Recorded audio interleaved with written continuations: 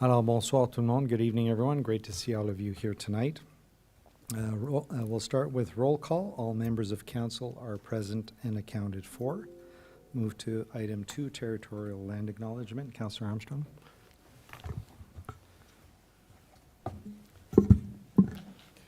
We acknowledge that we are on the unceded territory of the Anishinaabe and the traditional lands of the Haudenosaunee, Huron-Wendat, and the Kanakanahakan peoples. We acknowledge our shared obligation to respect, honor, and sustain these lands and the natural resources contained within. Merci, conseiller Armstrong. Attendu que le Canada est fondé sur les principes qui reconnaissent la suprématie de Dieu et la primauté du droit, prenons un moment de réflexion personnelle.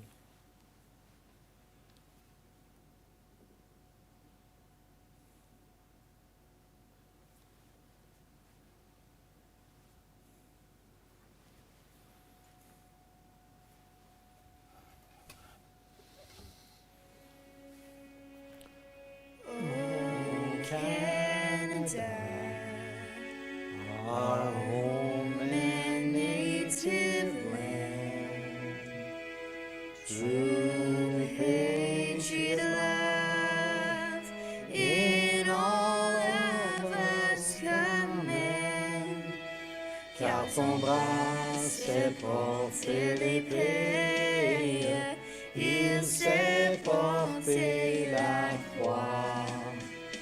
Ton histoire est une épopée des plus brillants exploits. God keep our land glorious and free. Oh, Canada, we stand on guard for thee. Oh, Canada, we stand on guard for thee. Thank you.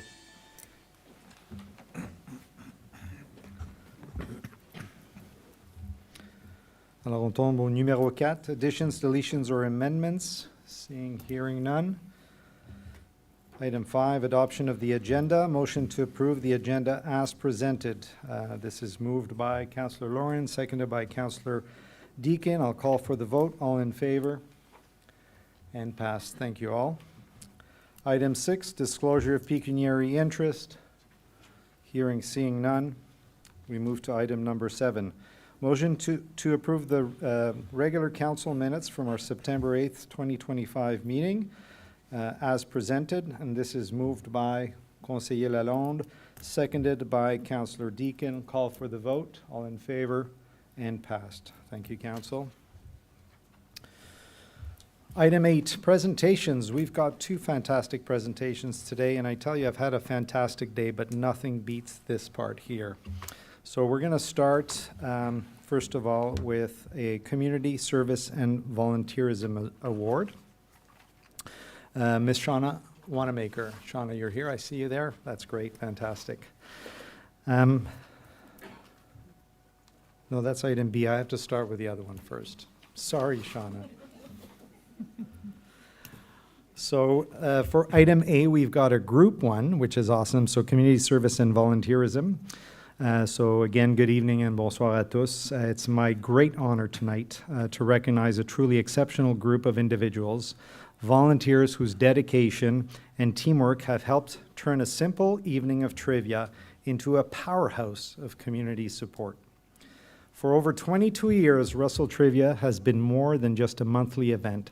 It's been a force for good, une force pour le bien commun, raising nearly $1 million, oui, j'ai bien dit $1 million, to support both individuals in need and local service organizations that strengthen our community.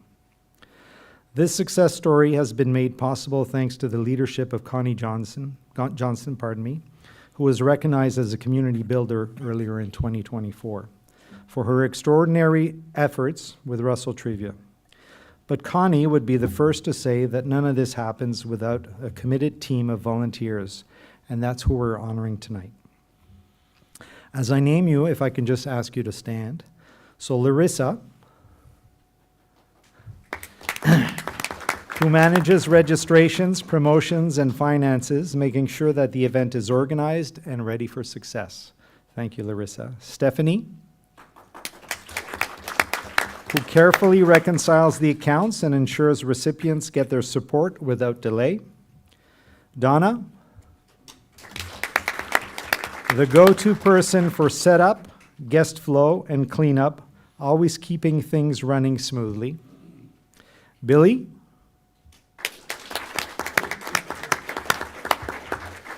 the auctioneer that made me spend way too much on a quilt a couple of months ago, but I'm very happy I did. So the auctioneer and logistics expert who ensures every detail from batteries to bins is taken care of. Paul,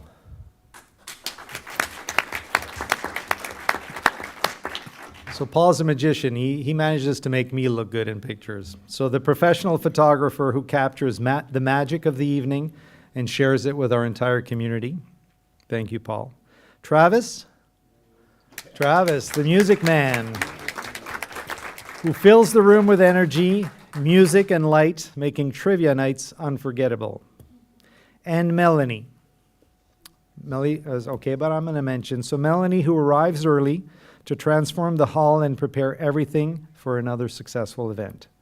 Folks, these volunteers joined the Russell Trivia team in different times, but for the past 10 years, they've worked side by side, month after month, pour le bien de notre communauté. And I'm especially delighted that we won't just celebrate the past tonight, we can also look ahead. After a short summer break, if I understand correctly, the next Russell Trivia Night is coming up on September 27th, and I know it'll be another remarkable evening of community spirit and generosity. Tonight, on behalf of Russell Township, I'm proud to present each of you with a Citizens Recognition Medal. It's a small token of gratitude for your significant contributions. You remind us that incredible things can happen when people come together with purpose and heart. Merci pour votre service, votre esprit communautaire, et votre engagement envers notre communauté. Thank you for everything you do. So if I can just ask you to come up.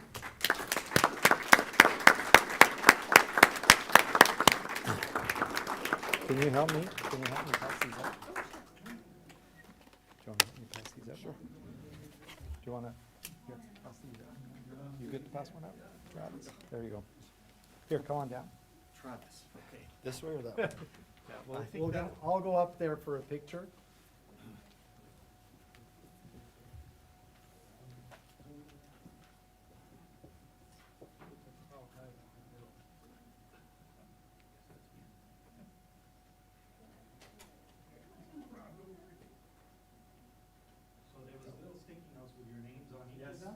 Just make sure that works. Travis. Thank you so much. Thank you so much for everything you do. Really appreciate it. Thank you so much. Magician, thank you so much. Where's Tommy? Tommy, you should be in the picture. Okay, I'll come to you for another one after. Okay, here, let's all squeeze in with council. Let's get council in here. Maybe we'll do two. We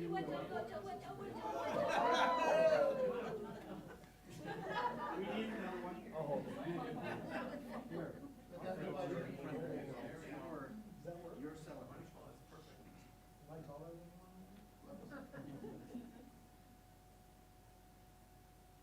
They say something silly. Trivia. Trivia. We'll send you one, Cindy. We'll send you one. We're good? Okay. Here, I want a picture with Connie as well. Yeah, we're gonna go with Connie then. Come on, everyone. I feel very. You should. Yeah, come on over here. Here again, everybody, yeah. Council as well, let's go. Sit on the chairs around, yeah. There's chairs around, sit on the chairs. This is highly regular. That's what we do around here. Everything's regular around here. Okay, show your medals. So we're looking here. Okay, Louis?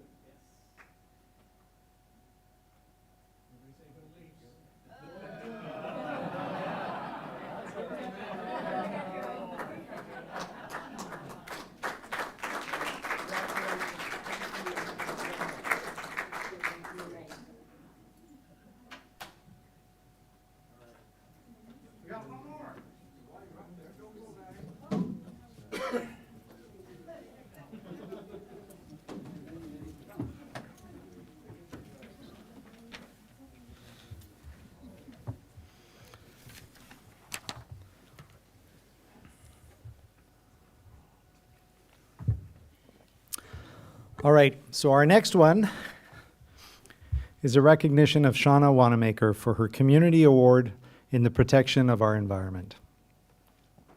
So for the next award recipient, I would like to recognize Shauna for her passion, energy, and leadership, which have made a lasting mark on our community. Several years ago, when Shauna learned about the decline of pollinator insects, especially the monarch butterfly, she felt compelled to act. What began as a personal commitment has become a movement that touches our entire region. After completing the David Suzuki Butterfly Way Ranger training in 2021, Shauna transformed her yard into a pollinator heaven, and launched the Butterfly Way Prescott Russell. Since then, her leadership has shared over 2,000 native seed packages, and grew and distributed over 3,000 native plants.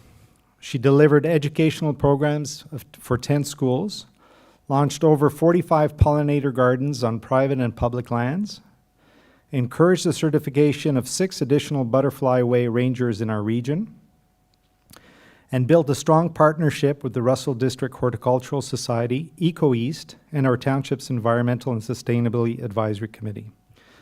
I've had the privilege of working with Shauna on that committee, where she consistently brought energy and commitment to every project. I saw her roll up her sleeves at the community cleanup events and witness her passion for environmental stewardship firsthand. This past year, my wife actually became involved in that Butterfly Way initiative, and so we went to pick up some native plants at Shauna's place. And I can say it's a sight for sore eyes. You have to see how many plants she has in there, every inch of her garage. And this is definitely a passion, and we thank you for doing that. Shauna's journey mirrors that of the monarch butterfly she works so hard to protect, requiring extraordinary energy, perseverance, and vision. She represents the very best of community leadership, confronting challenges with practical actions, education, and collaboration.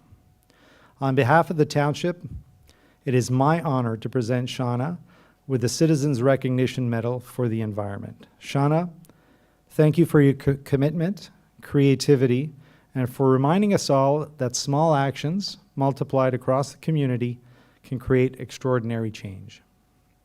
Félicitations et merci, Shauna. Congratulations.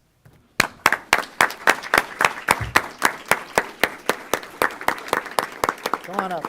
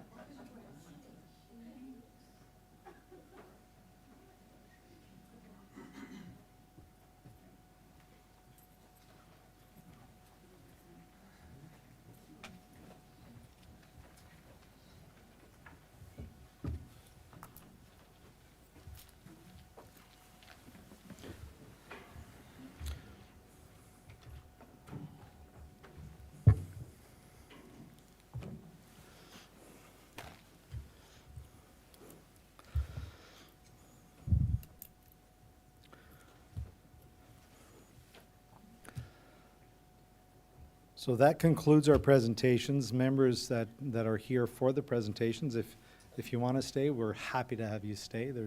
You're welcome to stay, but you can also leave if you want.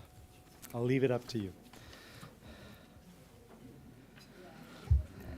So we'll just maybe wait 1 or 2 minutes.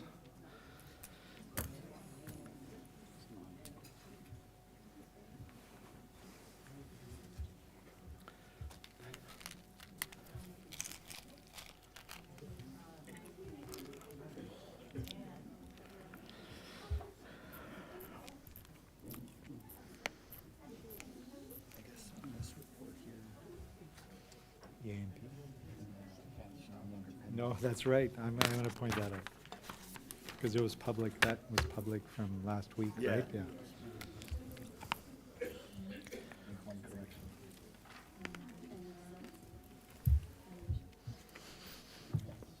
Alors, on continue. Numéro 9, délégation et pétition, on n'en a pas. Item 10, consent items. Tous les articles énumérés sous cette rubrique, articles faisant l'objet d'un consentement, seront adoptés par une résolution. Ces articles requièrent un vote majoritaire et ne doivent pas faire l'objet d'une discussion séparée, à moins qu'une demande à cet effet soit faite avant que le Conseil vote sur la résolution. Alors, si on aurait des articles séparés, ils vont être examinés immédiatement par la suite. So, motion that all items listed under the consent items be received as presented, and this is moved by Councillor Lawrence, seconded by Councillor Deakin. I'll call for the vote. All in favor? And passed. Merci.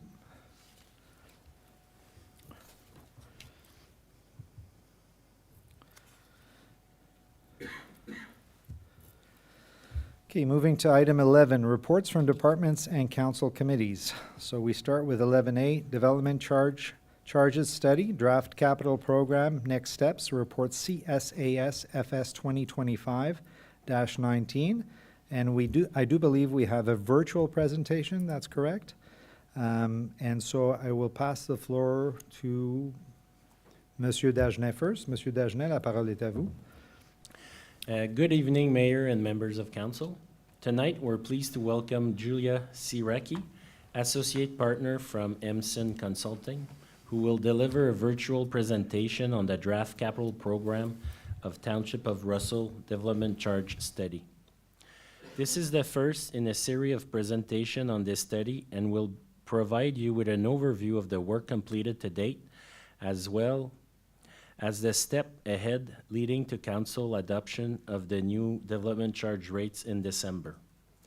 The next steps in the process include making the DC background study available for public review on the township website on October 9th, hosting a virtual developer consultation session on October 17, and holding a statutory public meeting on November 10th, where Julia will be presenting the DC background study and gather public input prior to council adoption in December.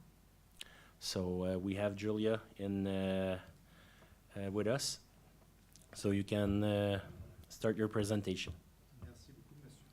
Merci beaucoup, Monsieur Dagenet. Est-ce que je peux juste confirmer pour la présentation, Virtual Developer Consultation Meeting, is it on the 17th or the 13th? I had 13th in my notes. Well, we were saying the week The week of the 13th. October 13th. And but so now it's actually the 17th. Yeah, we confirmed it last week Okay. that it was October 17th. Fantastic, merci. Ms.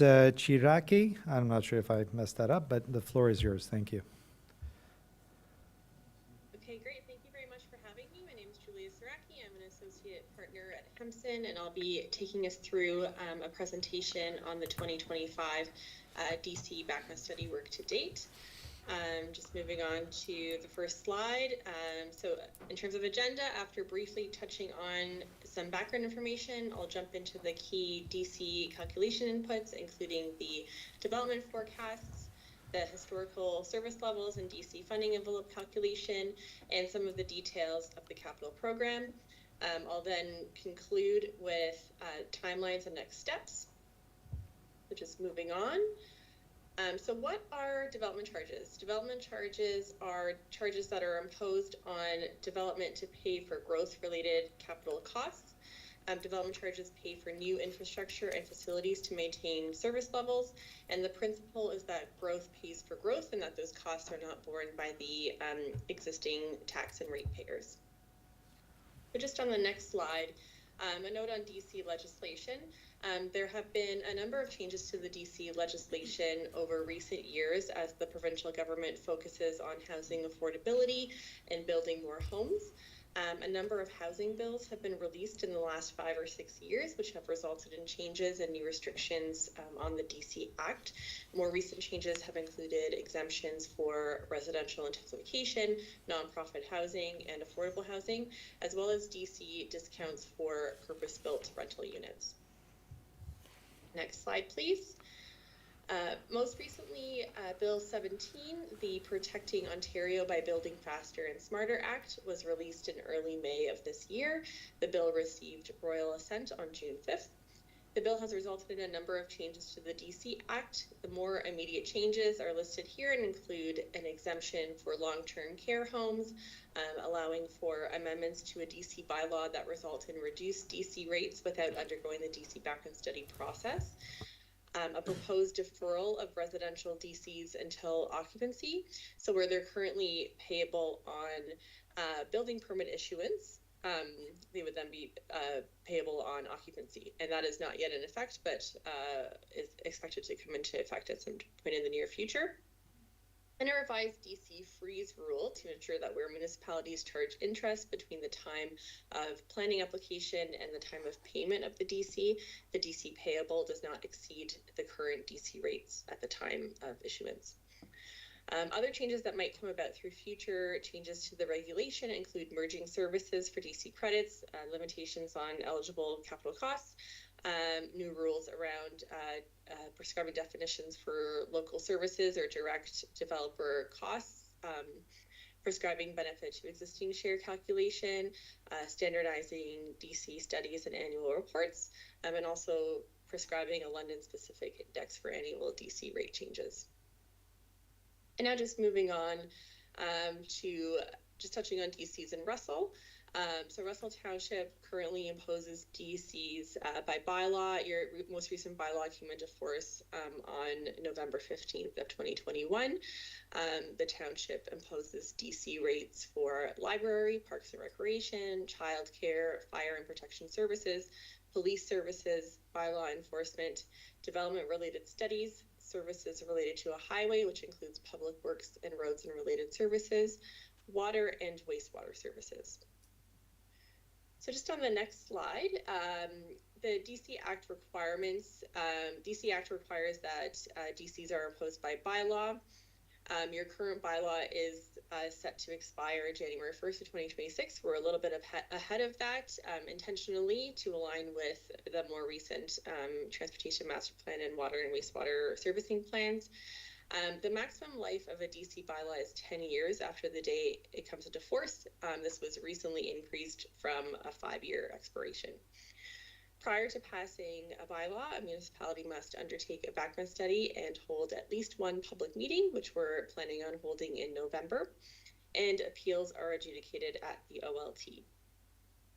But just on the next slide, we're just showing the development charges study process as stipulated by the Act and kind of represents our typical process that we undertake at Hempson. We start out by preparing a development forecast for the township. The development forecast informs the township's growth-related capital needs. We work with staff to then determine the types of DC-eligible capital projects that will be needed to accommodate growth over the 10 or 20-year planning horizon. We're using a 10-year period for general services, and then actually 21-year period for the engineered services, roads, water, and wastewater going out to 2045. At the same time, we undertake an exercise to determine the township's 15-year historical service levels. This is another requirement of the DC Act and sets a cap on the amount that can be funded through DCs. We call this the DC funding envelope. From there, we determine the capital needs that are eligible to be funded from DCs. So from our gross capital costs, we deduct any grants or other contributions, any non-growth related shares, so any replacement shares or what we call benefit to existing shares, any available positive DC reserve balances, and any post-period amounts that are deemed to benefit development beyond the planning horizon. So that's beyond 2035 for the general services and beyond 2045 for the engineered services. And that leaves us with our costs eligible for DC recovery. These costs are centrally divided by our population and employment forecast to arrive at a residential charge per dwelling unit and a non-residential charge per square meter of GFA. So just moving on to the development forecast. So now this slide shows the development forecast for the DC study, which was based on the 2022 UCPR growth management study, but there were some adjustments made to account for higher growth rates seen in recent years and alignment with the township's recent water and wastewater master plan. A 10-year planning horizon from 2026 to 2035 is used for the general services, where the engineered services consider the longer planning horizon to 2045, which is also shown here. Again, alignment with the transportation master plan and water and wastewater master plan. So over the shorter horizon to 2035, it's anticipated that the township will see growth of about 2,700 units, which will house about 6,800 people. Over the longer planning horizon to 2045, close to 4,800 units are expected to be added, housing nearly 12,000 people. We're expecting to see employment growth of about 1,100 jobs within 103,000 square meters of non-residential space over the 10-year period.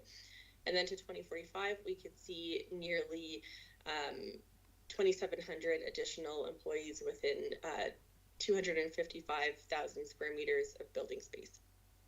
Sorry, that's to 2046, not 2045. Just moving on now.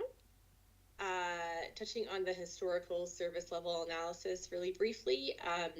So again, we can't use DCs to increase the level of service above the 15-year historical average on a service by service basis. This applies to all services except for water, wastewater, and studies. The average service level sets a limit on the eligible DC funding or the maximum allowable funding envelope, and both the quantity or the amount of assets and the quality or costs of the service must be considered. The next slide summarizes our service level calculations. Historical service levels are calculated on a per capita and employment basis, and then multiplied by the forecast of population and employment to arrive at the maximum allowable funding envelope. So just starting off with library.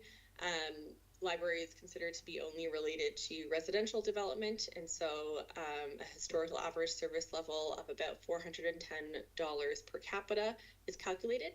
When that number is multiplied by the forecasted population growth over the 10-year period, the funding envelope is calculated at about $2.7 million. The funding envelopes, as you can see here, range from just about $69,000 for police, which is really just picking up on the small capital components of the township's agreement with OPP, to on the upper end, $53 million for roads and related services, which is typical that we see a very large funding envelope for your existing roads network. It doesn't necessarily determine the rate that you're going to be able to charge. So just moving on to the details of the growth-related capital program. There's a lot of information here. I'll note that the complete draft capital programs are included as part of the agenda package. So I'll try to touch on things at a higher level here and just point out the more major projects and calculations that we've done. And then myself and staff are available to take any questions or comments on the details. The capital programs are informed by the township's budget, the previous DC background study, the master plans and other documentation, staff reports, whatever is available, and close consultation with staff that we've had over the course of the last several months. And then, as I've mentioned, the DC eligible costs are adjusted for any grant subsidies and other contributions, any benefit to existing or replacement elements, available positive DC reserve fund balances, as well as post-period benefits. So again, shares of projects that are deemed to benefit development beyond the planning horizon. So moving on to the summary, just an overall summary of the General Services Capital Program to start. We're looking at a 10-year planning horizon again for these services. The total gross capital costs amount to $128 million, as you can see in the first column here. No grants or other contributions are identified for the projects in the General Services Capital Programs. $45 million in benefit to existing or replacement shares have been identified and removed from the DC calculation. There's also existing positive reserve fund balances applied to the capital program, as well as any prior DC funding that projects have actually received to date. And those amounts add up to almost $14 million in total, also removed from the DC calculation. Another $30 million, which you'll see in the last column here, represents costs above the funding envelope, and that amount is deemed to be related to development occurring beyond 2035 and is also removed from the calculation. So that leaves about $39 million in DC eligible costs over the 10-year planning horizon, which would be brought forward to the DC calculation.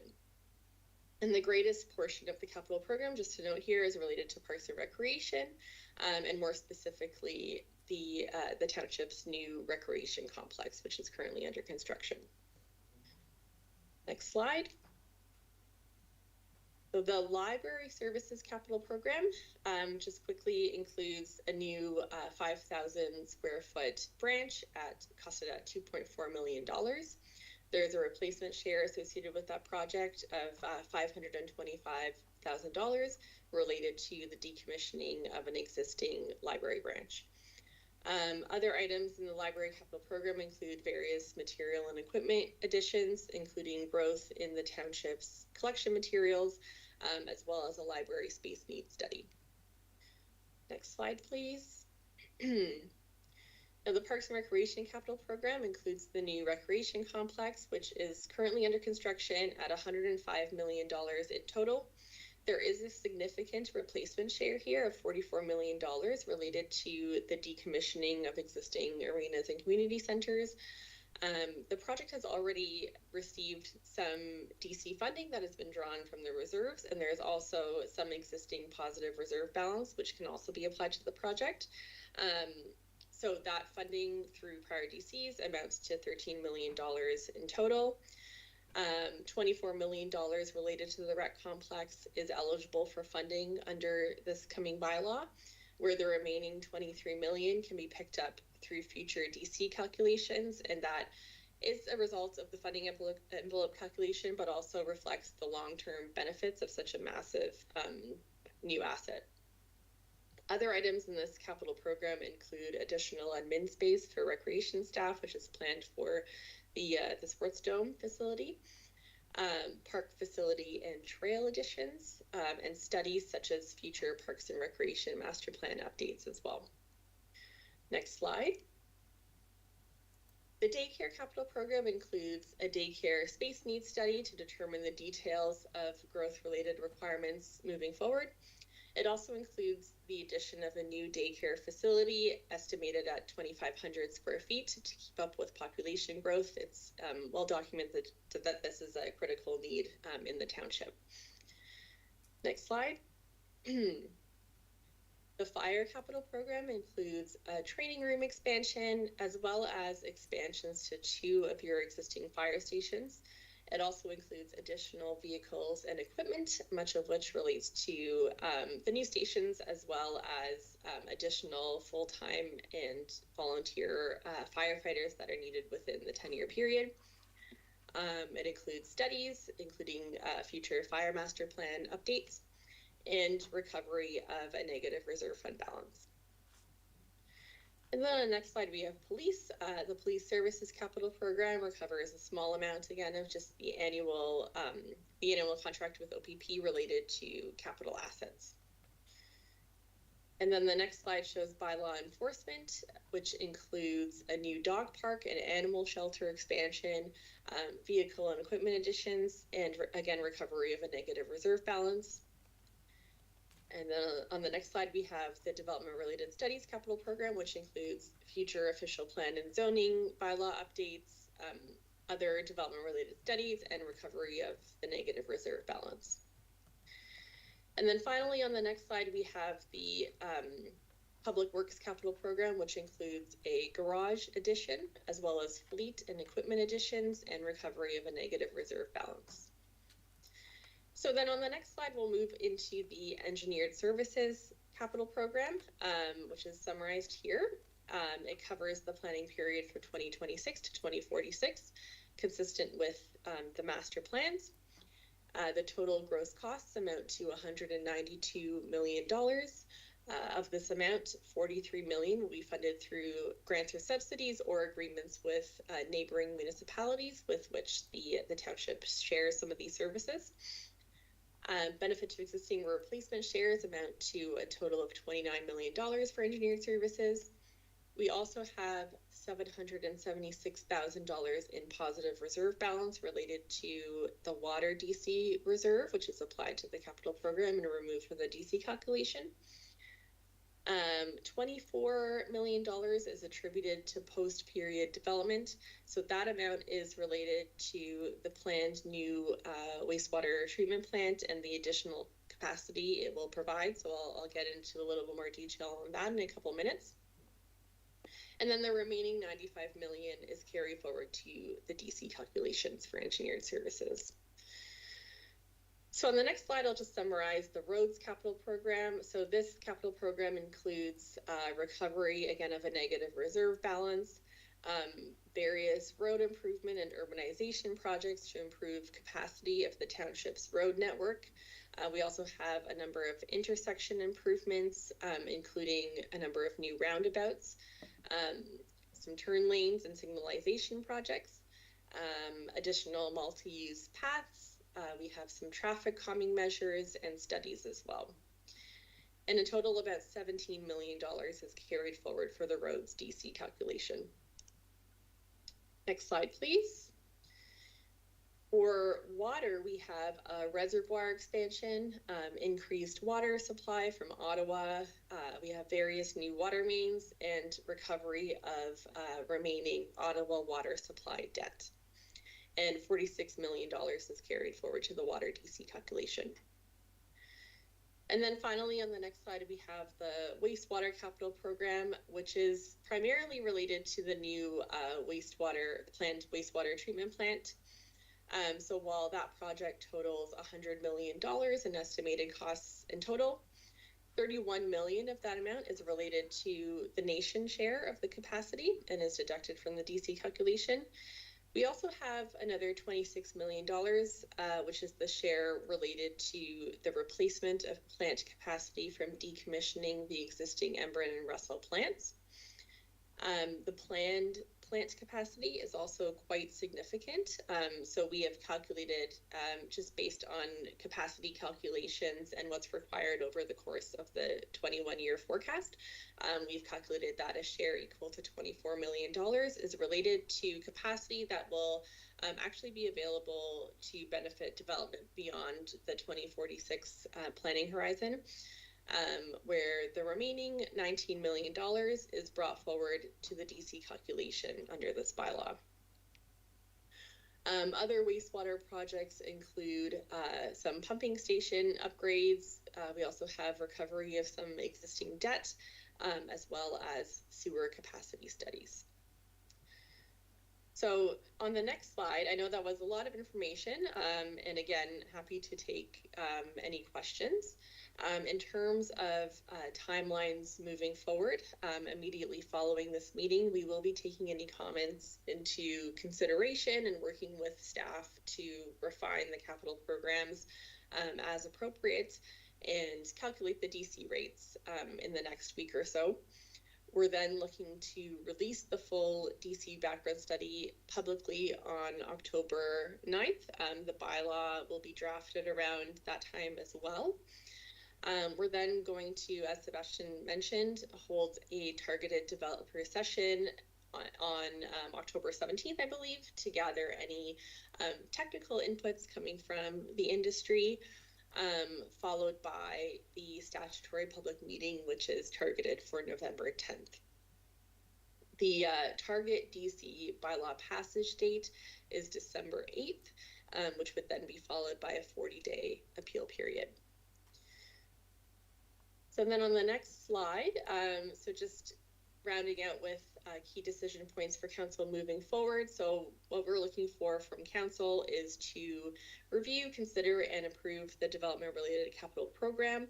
We're hoping to receive direction today to proceed with the DC background study on that basis, whether or not that includes some refinements. We also want to approve a continued use of the township-wide approach. We don't see any justification or need to introduce any area rating of DCs at this time. Also considering whether to hold an additional public meeting. So as I mentioned, we're hoping to hold the statutory public meeting on November 10th. At that time, council can also make a determination on whether an additional public meeting is required, in case there's any significant comments or changes coming forward at that time. And then in terms of implementation options, council can choose whether to move forward with the fully calculated rates or to consider any new exemptions or discounts or phase-ins as well. And so that concludes my presentation. Thank you very much for having me, and I'm happy to answer any questions. Thank you very much, Julia. Really appreciate the insight. Before I open it up to council, can I ask Monsieur Dagenet, anything to add specifically to the presentation, or are we comfortable from a staff perspective in terms of how this is laid out, in terms of the data that's there and so on? Yes, right now we're comfortable. Okay, fantastic. Merci beaucoup. And if I'm to understand correctly, on November 10th, we will have a public meeting that will be during our regular council meeting. And if we find that there was some major issues at that time, at that meeting, we can decide to add another one at a later date, correct? Is that correct? And I'm going to Yes, say that's Julia. correct. I'm sorry, I'm going to call you Julia because I'm just not sure how to say your family name.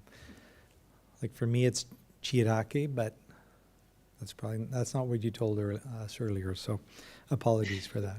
No problem, it's Siraki, but okay. either way is fine. Siraki, yes, okay, so, thank you. So typically, yes.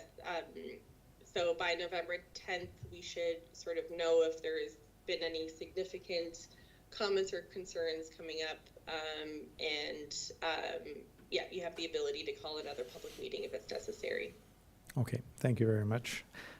So today we're approving a draft capital program that was presented to us and directing Hemson Consulting to retain them to prepare the background study. So I'll open it up to council members for questions and comments. Councillor Armstrong? Yeah, just a few things. Has the difference between getting your development charges paid when a permit is issued versus occupancy, have municipalities seen a gap in time where they've received no DCs on that during that period of time? I know they eventually recover it, but has that affected municipalities' budgeting or anything along the way? Mr. Aki? So through the mayor, that's a legislative amendment that's not yet in force, Okay. but you are right. I think that's what is being anticipated might happen, that there might be a pause in DC revenues, and yes, those revenues would just be delayed. Hopefully that answers your question. Thank you. Okay, Follow-up? that's fine. I have another question. Will there be a gap in DC charge bylaw being in effect? If our current bylaw expires on the 1st of January and there is an appeal, how does that work? Is a bylaw in effect in arrears if there's an appeal and we win or whatever? How does that affect the bylaw? I'm worried about a significant gap in having a bylaw in effect. Thank you, Ms. Siraki. Yes, sorry, through the mayor, I'm realizing in the presentation, I noted that date of January 1st. That's an error. The bylaw is set to expire next November. I'm very sorry about that. That would be 5 years from your current bylaw. So you do have plenty of time. So there's no real risk there. I believe we're hoping to have the new bylaw come into force on January 1st of 2026. But there is some flexibility there if something does come up. Thank you. Yep, thank you. Thank you, Councillor Lauren. Thank you. Thank you very much. I had a question. I don't know who's going to answer it, but with the current and historical 5-year time frame to review the bylaw, now moving to a 10-year time period, how will municipalities be able to add new projects within that 10-year period? Where, you know, because a lot of things can happen in a 10-year span that we would want to capture sooner. Thank you. That's a great question, Ms. Siraki. Yes, through the mayor. So that is just an extension in the act. It doesn't mean that you have to wait 10 years to update your bylaw. I am finding in my personal experience that very few municipalities are planning on extending their bylaws to that length of time because you do have typically a lot of changes coming forward. And even if the rates aren't changing too much overall, there's typically some shifting in the balance between the DC services that you want to capture. You have a lot going to Parks and Rec right now. Maybe in a few years things will shift towards another type of project if there's more daycare facilities needed or something like that. So yeah, we always encourage keeping things up to date, especially with new master plans coming forward as well. You also don't necessarily, if there is a major change coming forward that you want to capture it among your bylaw, you could always undertake a bylaw amendment process and not a full DC study, but we are finding that generally most municipalities are sticking to around the 5-year mark in terms of updating their DC studies just to capture those major master plans and capital plans that typically come forward. Thank you very much. Councillor Deakin. Thanks very much for the presentation. I was wondering, because we've been doing so much master planning, the township's been undertaking various master plans, but we do know that the Parks and Rec master plan, as well as in the one that jumped out at me was the daycare study in this draft plan. Those are still in process or to come, so I'd just like to hear, because I know especially on the daycare side that there is so much need and anxiety in our community around availability of daycare.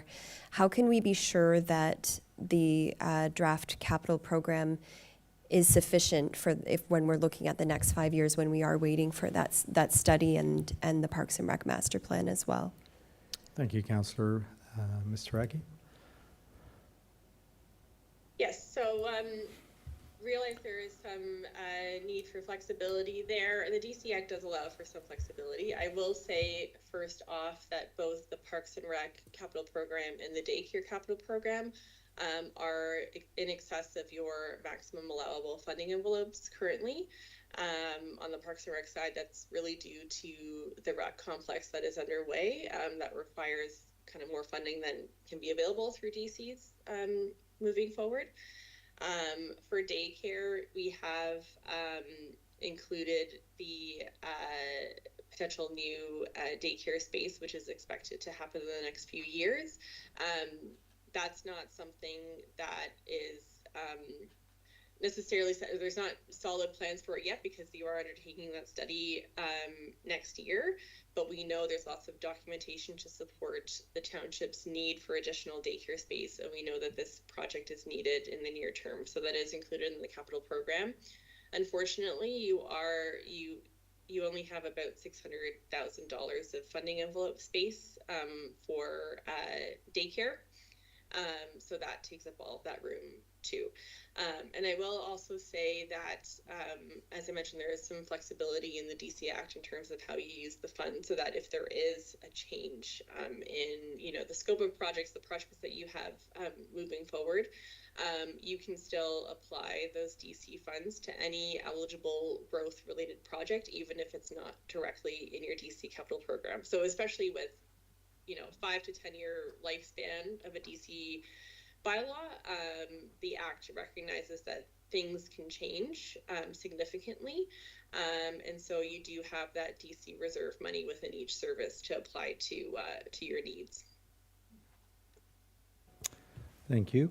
Follow-up, Councillor Deacon? Yes, it's got me thinking even more about daycare, and I'm just a note, I guess, or a comment would be that in our community, many daycare service providers are obviously private as well. And I know that we have a whole wonderful economic development team that's working to support local businesses. And I'm hoping that study that comes through will not only support the municipality's expansion, future expansion, which is hopeful for daycare services, but also that it could help inform, from an economic development perspective as well, private daycare owners who maybe are looking to set up in the township as well. And on that point, I'm wondering if there are efficiencies to be found in funding available to support expansion of businesses like that, that could feed into a study that would also serve the municipality's needs. I just had one more question, if I may. Julia, you used a really great, sorry, you, Mr. Mayor. Julia used a really great word, which was justification around area-based or geographical-based rates, saying that they weren't justified in the Russell Township quite yet, or perhaps never. But I'm hearing from a lot of residents concern about development that is sprawling out onto agricultural farmland. And I do think that part of our goal with housing is to see more infill projects and more multi-residential. And so I'm always looking for levers that are available to the township to incite and encourage more infill projects by our local developers. And so I'm just wondering, what would be the justification for area-based development charge rates? I understand we're not meeting the justification, but I'd just like to understand what a justification would be. Sure. Mr. Aki? Yeah, so in terms of area rating, it's typically a bit of a different use. So we don't usually use area rating for what we're calling your general services or your soft services. So anything other than engineered services. It's really planned on a overall based on overall population and employment growth.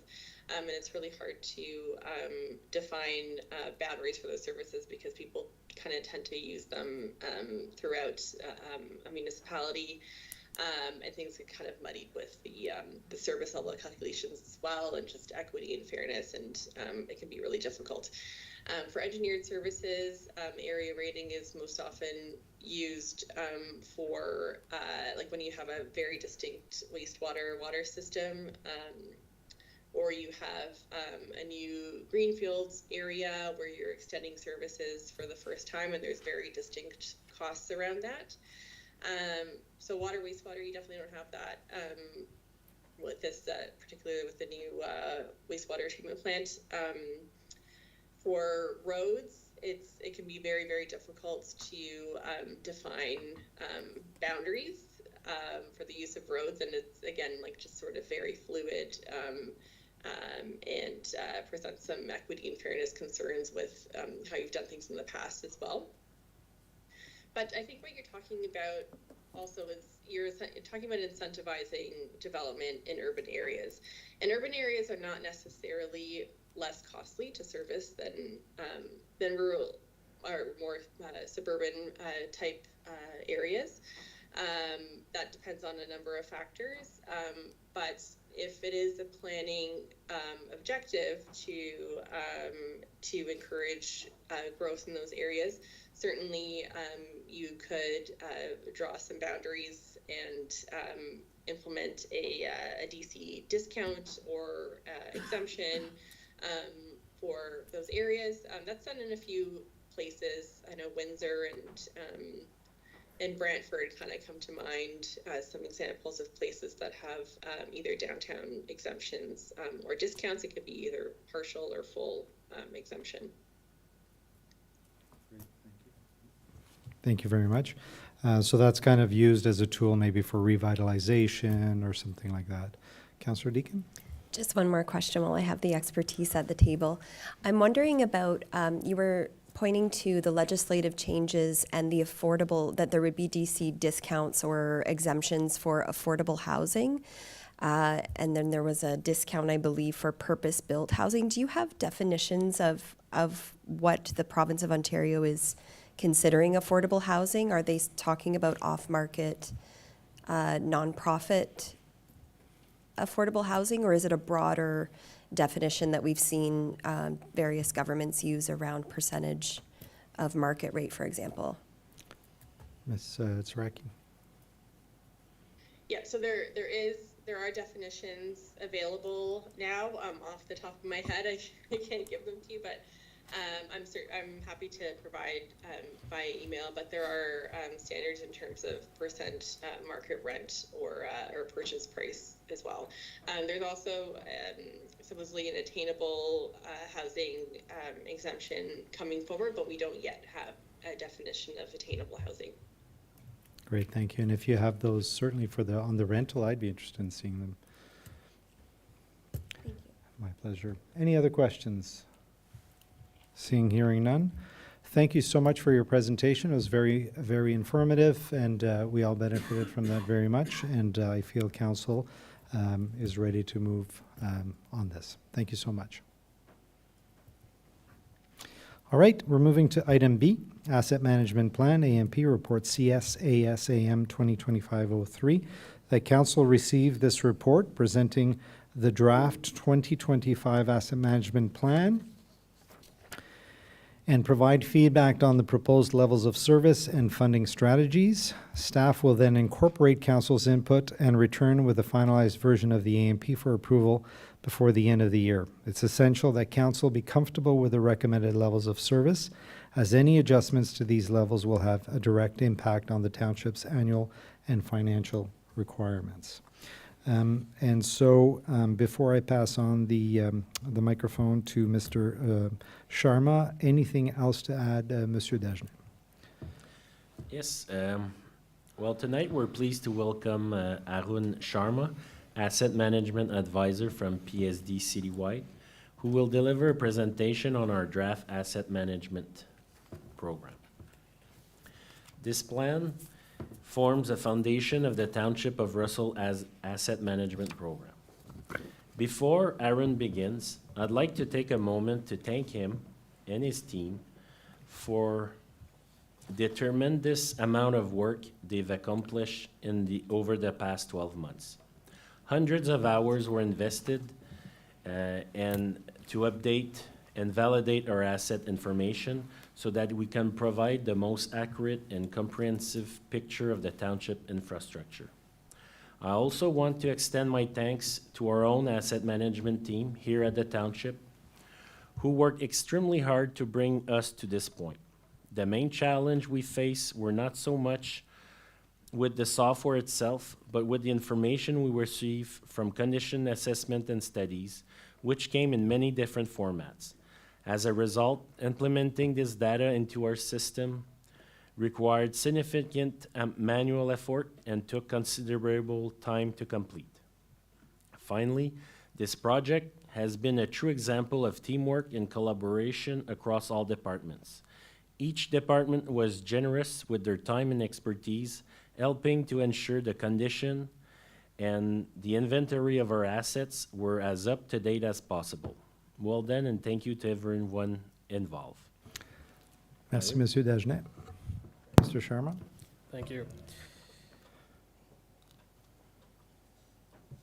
Thank you for the kind words, Sebastian. And yeah, I'd just like to echo that. There's been a tremendous amount of work that's gone into this asset management plan, and the municipality has come a very long way, I should say, in the last 12 months.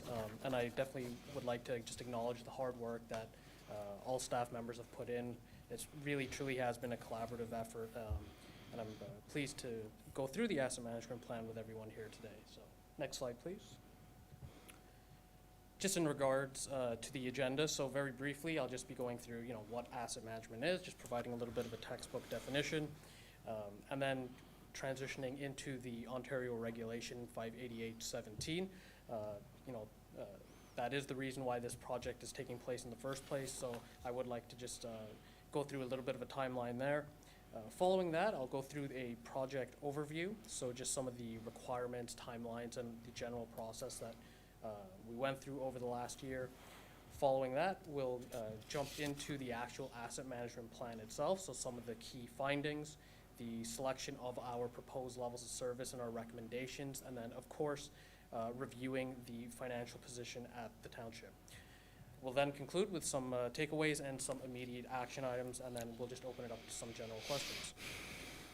Next slide, please. Next slide.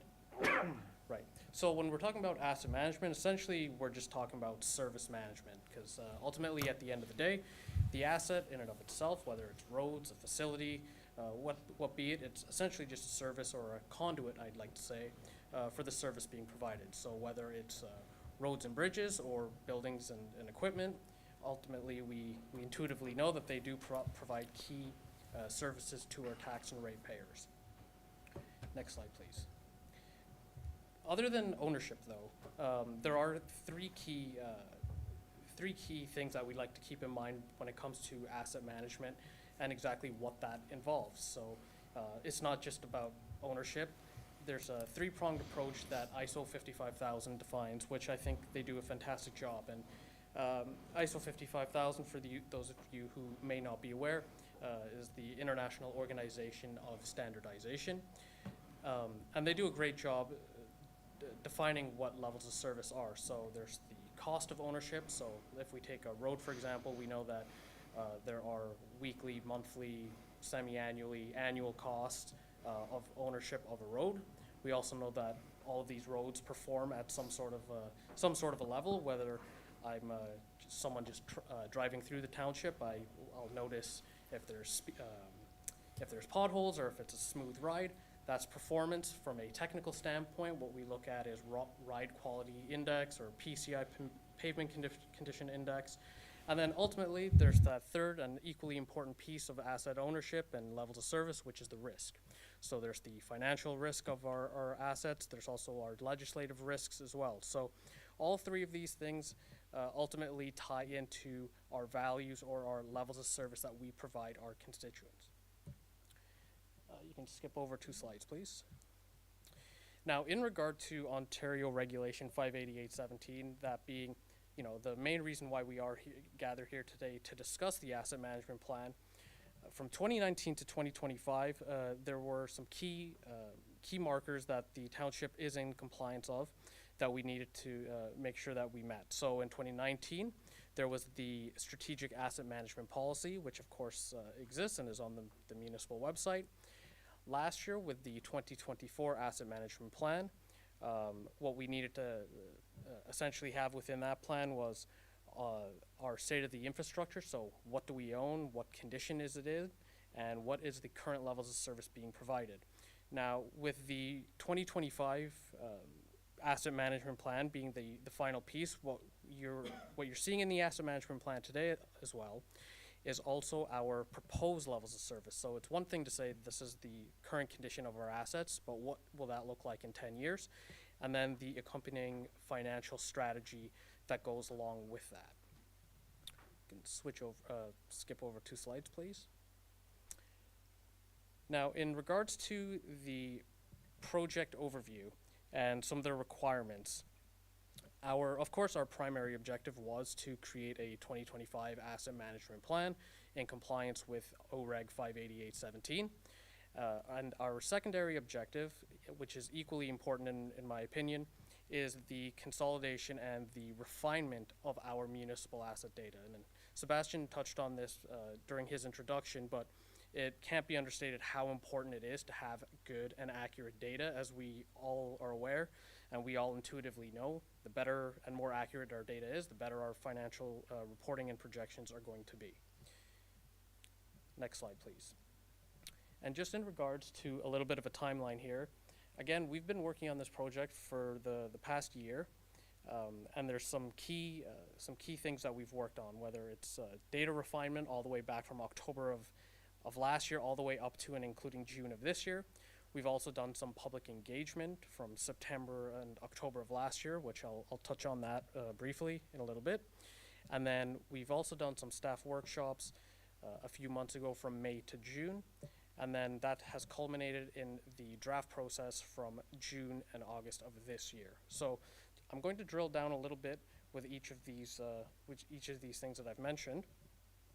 Now, in terms of that first piece there with the data refinement, next slide, please. There we go. So again, like I mentioned previously, the continuous improvement of our centralized asset register is very key. Like I said, the better our data is, the more accurate our report's going to be. So the first thing that we did was we conducted a data gap analysis. So essentially what we were looking at here was, what are the condition of our assets? How are we calculating that? Our replacement costs? What do we have scheduled over the next 10 years? So these were all things that we were looking at and fine-tuning, and we spent the vast majority of the project actually working on this. We then followed that up with the public engagement piece, which was there was some really good information in there. So this was done last year as well. And the main purpose of this was to basically understand the public sentiment around the current levels of service being provided. Are our constituents happy with our road network? What are some categories or asset classes which we've gotten some negative feedback, and how did we incorporate that into the plan? You can see this in Appendix C of the asset management plan. Just a few key notes that I will mention, because I do always think it's a great idea to take public perception and the public's feedback into account. 75% of all respondents, which I believe there was about 600 or so, were satisfied with the current levels of service being provided. Now, this is a good news story, because typically, and I've worked on probably over 40 to 50 asset management plans at this point, that's a good news story, where 3/4 of our constituents are happy with the levels of service being provided. Now, this probably will not come as a surprise to anyone here, but in regards to the most important, let's say, or the biggest need for the community, there were 3 asset categories, or 2 asset categories, I should say, which were identified, and those being our roads and our bridges and culverts. Again, not surprising at all. We all drive on these roads every day. We experience the good, the bad, the ugly, so not a surprise there. And in terms of the 2 to 3 asset categories which received the least favorable scores, those were our roads and sidewalks, as well as our community centers, I should say. That being said, although these were the flagged as the highest as not meeting expectations, none of these scored over 50%. Next slide, please. So just switching gears a little bit in terms of the project process. So as we continue to refine our data, we did some public engagement as well. We then transitioned and did some staff workshops. Now, the purpose behind these workshops was to essentially just leverage the vast subject matter expertise at the township to understand how our assets are managed from an operations, maintenance, rehabilitation, and replacement perspective. So how do we, when do our roads get when do we do crack seals? When do they get a shave and pave? So understanding the operations and maintenance side of things, how assets are rehabilitated, and ultimately how they're replaced is key in understanding and making any type of adjustments to levels of service.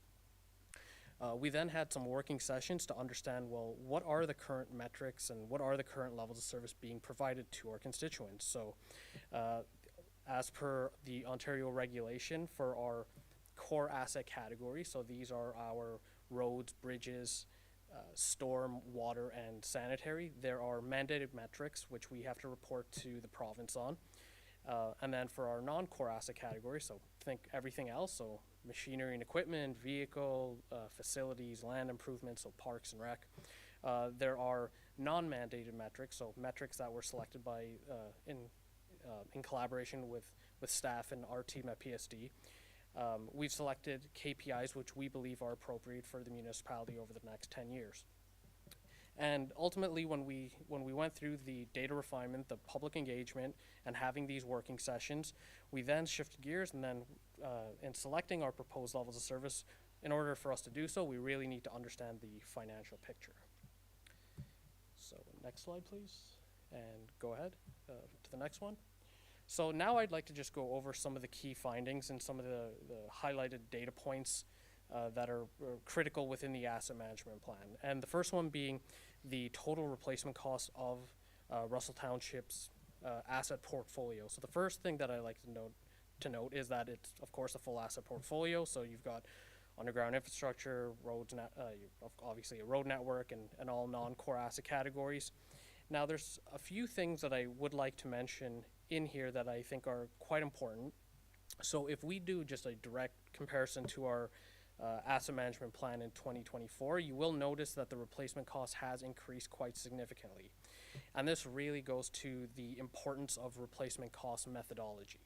So we've mentioned it within the asset management plan, but it really does go to show that the asset management plan is not a static document that just we've gone through and completed the plan and now it just sits and collects dust.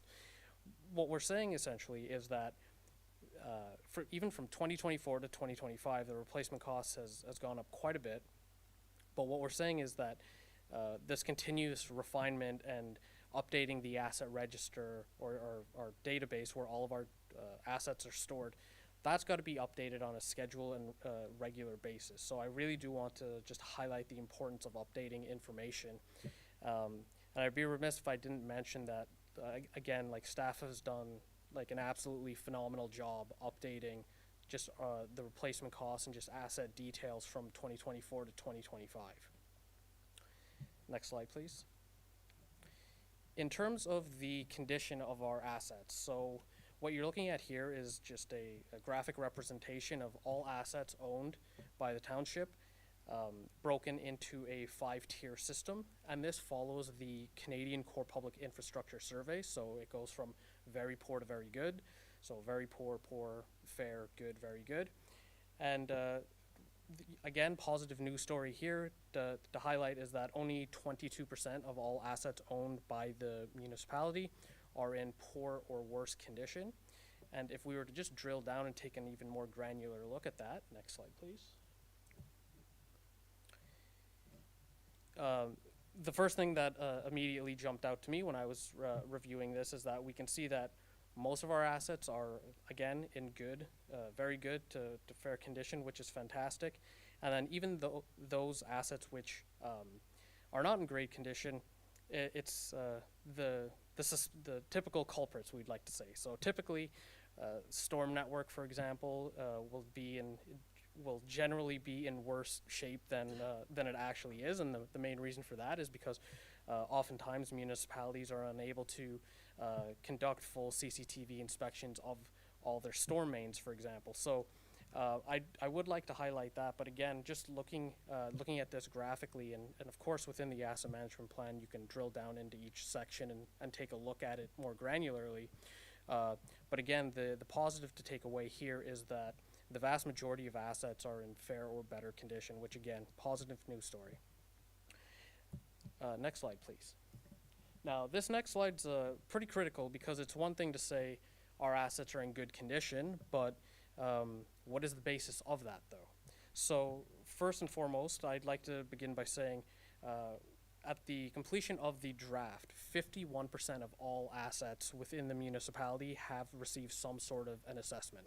So if we take a look at the road network, for example, 77% of all assets have been assessed, and that and the source of condition data is you can see on the right-hand side there as well. So a lot of this is coming from a 2022 study, so relatively recent.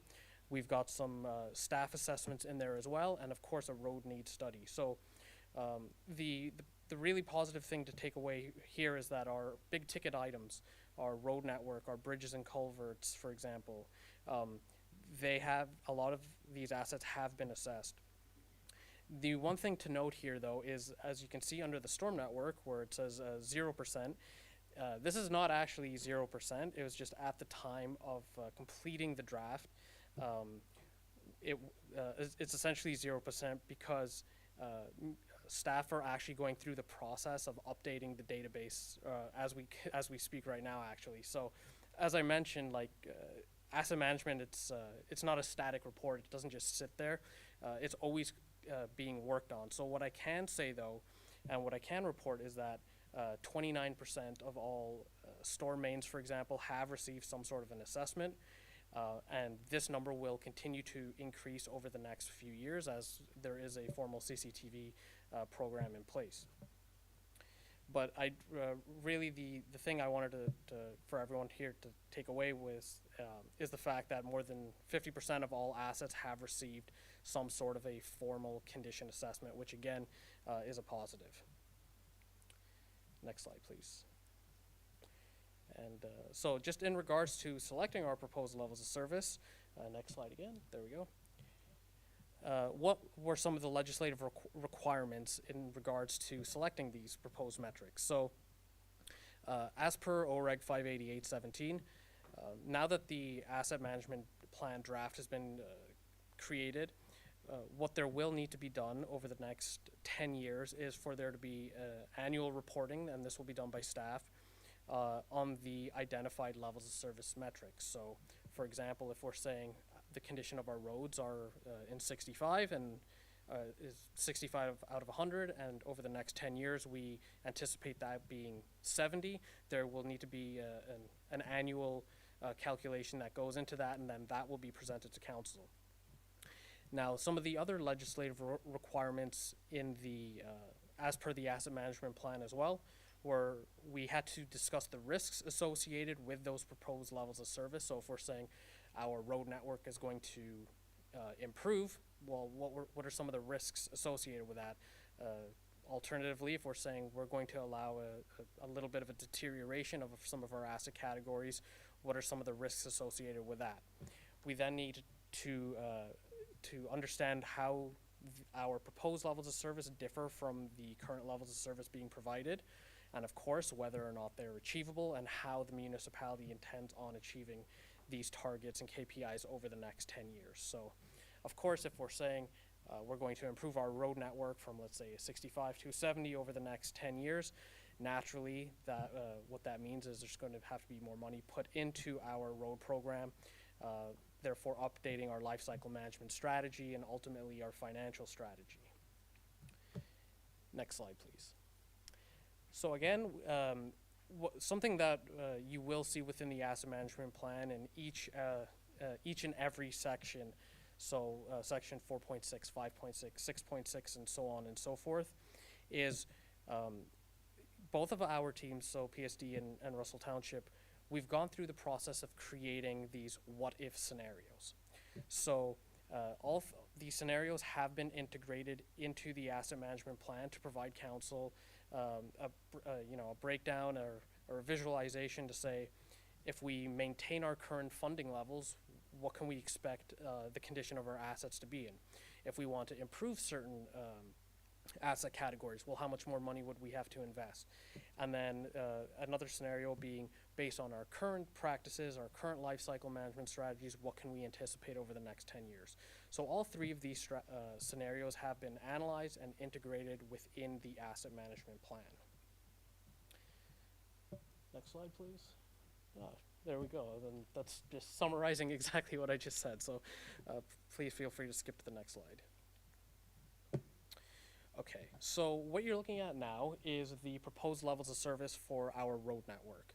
So there's a few things in here that I'd like for everyone to keep in mind is you'll see that we've selected scenario 1 as the most appropriate scenario and our recommendation for the municipality to adopt for its proposed levels of service. And scenario 1 is essentially what are our current life cycle management strategies. We take that and then we project out the condition over the next 10 years. And then what you see on the far right-hand side there, the annual capital reinvestment, that's essentially how much money we would need to ensure that we reach that condition.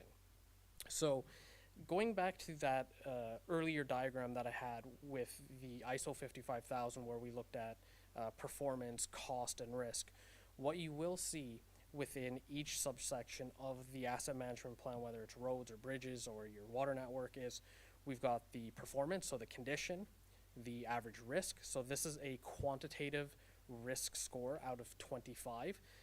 So what we've done is we've analyzed we've taken a look at numerous variables within the asset register, whether it's what type of road it is, the condition it's in, the replacement cost.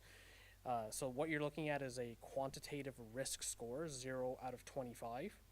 And then, of course, the capital, the annual capital reinvestment as well. So we've got the cost, the risk, and the performance as well.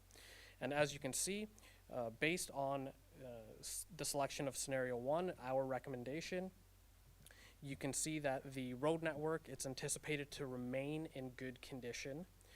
It is currently in good condition, and it will continue to remain so under the assumption that the township continues to follow its current life cycle management strategy. So that's to say the current strategies that are being employed by the municipality are good, they're solid, they make sense for the township, so continue to do so. Next slide, please.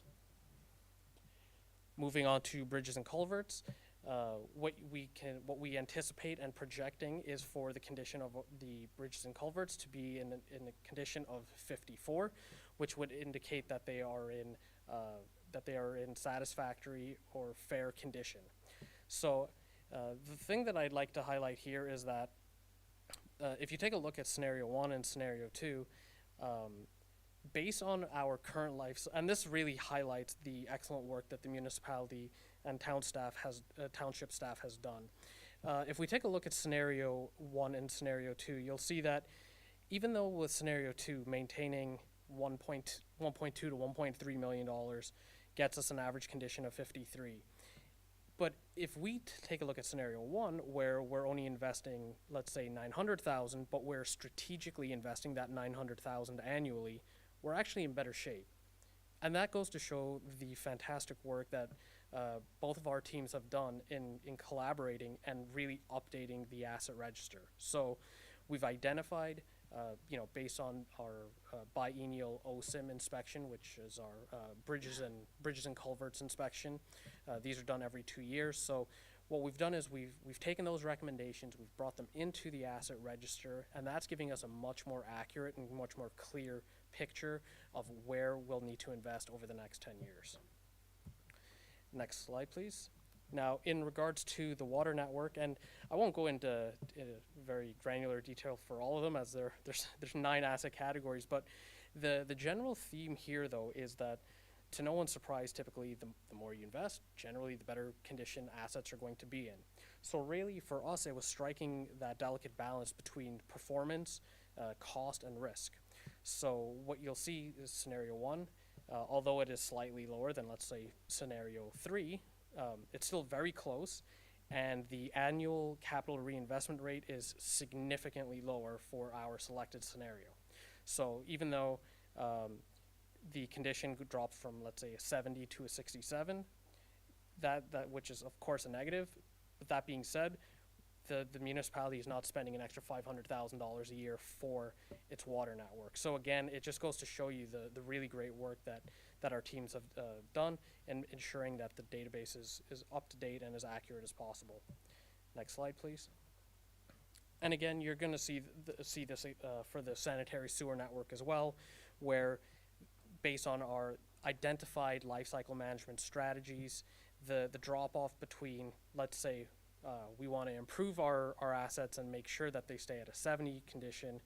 The annual capital reinvestment rate is significantly higher than what we've selected, again demonstrating that balance between cost, risk, and performance.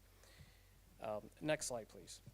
Now, the storm network is where things get a little interesting, and I say that because in comparing the 2024 asset management plan to the 2025 asset management plan, the biggest difference is that in replacement cost is due to the storm network. Now, storm networks generally and historically there's really not too much good data in there. And this is not like a Russell Township issue. This is like across Ontario and across the nation, actually, where it's severely underfunded and undervalued. I'm happy to announce that we've gone through a pretty intense exercise, I'll say, of updating the entire storm network based on very recent capital costs, which is why you'll see the replacement cost from our 2024 asset management plan to 2025 asset management plan, why it's significantly higher. And the other thing that I'd like to mention, going back to the underfunding note that I mentioned, if we take a look at scenario 2, which is our current capital investment rate, as of 2024, there's about $100,000 being invested into the storm network. Based on the workshops with municipal staff, we know, and again, this is not just a problem unique to Russell Township, this is for honestly all municipalities across the board, is that it's really just underfunded. And for that reason, with us updating and integrating these new replacement costs and the CCTV inspection, which is going to give us more accurate data, we can see that the annual capital reinvestment rate required is much higher. It's for that reason, for example, I'm sure everyone's aware of that a lot of municipalities are tinkering with the idea of having a rain tax, for example. That's just one of the things that municipalities are doing to help fund its storm network. It's just one of those asset categories that have historically just been undervalued and underfunded, but as better data becomes available, it'll be critical that we ensure that that asset category receives funding as well. Next slide, please. And now switching just over to the non-core asset category, so our facilities, machinery, vehicles, and so on and so forth. Again, what you'll see is the scenario we selected strikes that balance of cost, performance, and risk. All of our conditions for all asset categories, not just facilities, we're ensuring that the selected scenario, so scenario 1, we're ensuring that all asset categories, all assets in general, are in fair or better condition. So what the township can expect over the next 10 years is nothing's going to fall into that poor, very poor range. So in terms of what that means numerically or quantitatively, that would be a score of 40 or lower.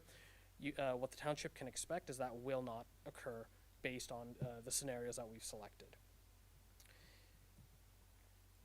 Next slide, please.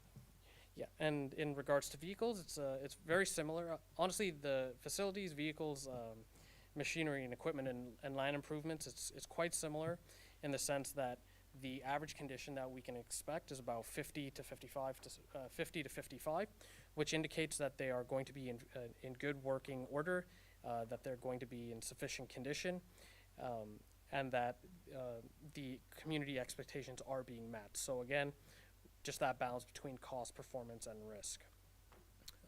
You can skip to machinery and equipment. Yeah, there we go. You can see that the average condition is going to be in 51, and then next slide, land improvements, 51 as well. So again, to round out those non-core asset categories, what the township can expect in selecting scenario 1 is that our vehicles, machinery and equipment, and our facilities will continue to remain in fair condition. Next slide, please. So in regards to the financial picture, because this is the big piece here, because it's one thing to say, well, we're going to improve our assets, we're going to do X, Y, and Z to our assets, but really what we need to do is also understand the the financial picture and why we've gone ahead and selected scenario 1. So what you're looking at here is the financial outlook of our tax-funded assets. So there's a lot of information in here. So the first thing that I'd like to draw everyone's attention to is in that second column there where you see average annual requirement. Now these are for our tax-funded assets. The average annual requirement is about 10.5 million, with the total available being 5.2 million. In other words, there is a deficit of 5.2 million. In other words, what we're saying is that currently the municipality is funded at 50.1%. For some context, the municipal average across Ontario is about 44%. So if to put it in other words, if a municipality, their average annual requirements were 10 million and they had 4.4 million, again, they'd be 44% funded. So the positive here is that Russell Township is slightly higher than the municipal average. But that being said, though, one of the things that you'll see within the financial strategy is that there are both tax and rate recommendations in terms of a financial strategy over the next 10 years on what the increases should be. So if you look at the far right-hand side here, you'll see that in order for the tax change required for full funding, so that's for us to go from 50.1% up to 100%, there would need to be a 29.2% increase. Of course, we're not going to say that will be done overnight. So what you will see in section 1.4 and section 14 of the asset management plan is a phased-in approach that is sustainable and honestly achievable and attainable. Next slide, please. And it's a very similar story with our rate-funded assets as well. So if you take a look at the average annual requirements of 2.4 million, you'll see that the funding available, and this is just based on rates and grants, whether it's OCIF or CCBF funding, so both federal and provincial funding, you'll see that the total available funding that we've got is 1.2, which is 52% funded. That being said, and these figures, all these figures are based off of year-end 2024, as is required by the province. So I did want to highlight, though, that the township and staff have already been proactive in addressing the funding gap for our rate-funded assets. So, for example, if we take a look at the water network, where we said that $690,000 was available for capital needs, that has already improved and increased to $942,000, which is fantastic. And for our sanitary sewer network, the figure of $548,000, that has also improved and increased to $648,000. So again, municipal staff has been proactive and has already began working on addressing the deficit to ensure that these proposed targets, these proposed condition levels of service targets will be met. Next slide, please. Now, I've thrown a lot of information at you, so in terms of just summarizing, well, what does that mean for us and what does that mean for the taxpayer and ratepayer? We are recommending a 10-year phase-in, so again, like a sustainable and realistic timeline. So what we are recommending in and you will see this in sections 1.4 and much more detail in section 14, is for our tax-funded assets, we are recommending a 2.8% annual increase annually for 10 years. For the water network, 3.6%, and for the sanitary sewer network, 1.8%. Now, these are our recommendations, and we certainly understand the challenges that go into this. We do understand that, and it's for that reason as well, which is why you'll also see a 5, 10-year, 15, 20-year outlook as well.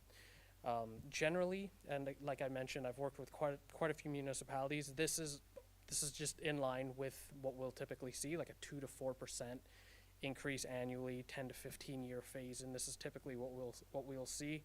The good thing here is that the fact that a lot, the water and sanitary has already been addressed in 2025. That again is a positive.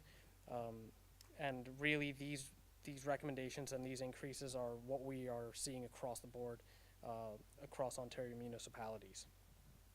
Now, in terms of some takeaways and immediate action items, next slide, please. And again, please. There's just a few things that I'd be remiss without mentioning. Of course, I think what's been a constant theme here is hopefully I've hammered home the point that asset management is evolving. Like, for example, like even from 2024 to this year, we've got much more accurate data. So again, this report, even when it is approved and adopted by council, it's always going to be evolving. We know that good data is the backbone of setting, recording, and adjusting any type of metrics. These will need to be reviewed on an annual basis. The other thing that that I'd like to mention is it's always better to start small. So start small and then expand. So what I mean by that is we've selected a very specific metrics. We've taken a condition, risk, and cost approach. That's not to say that there won't be more metrics in the next few years as data becomes better and improved, and municipal staff find more metrics that they'd like to integrate into the asset management plan.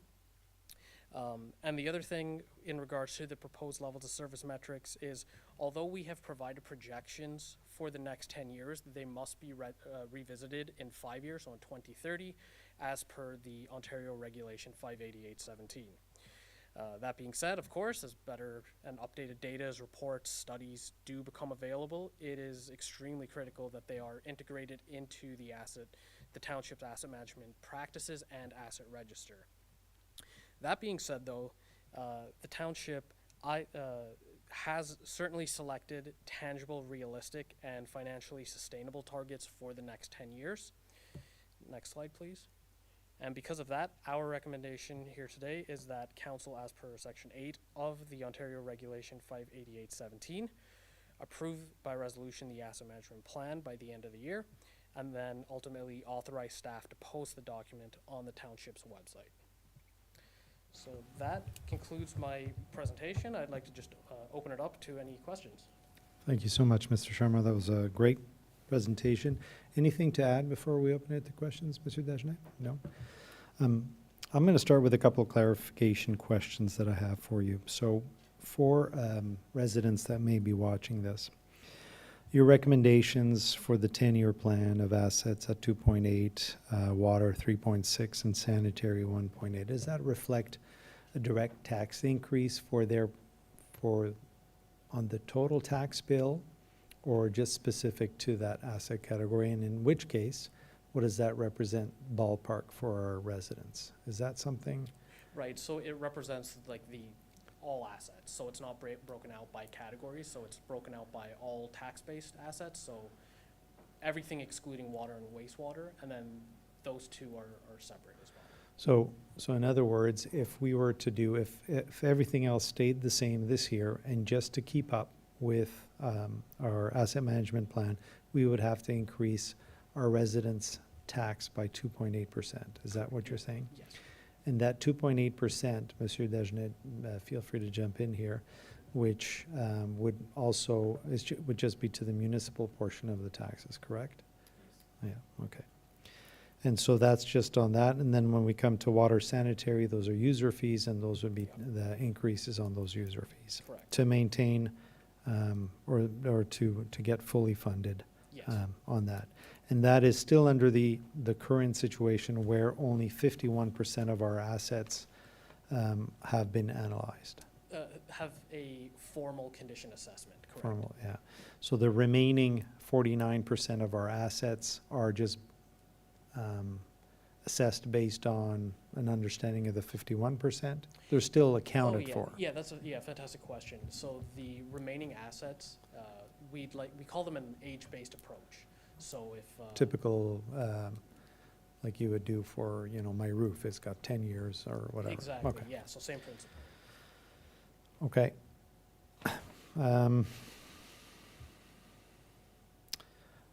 The other clarification question that I would like to kind of go through, on the risk rating tables that you showed us.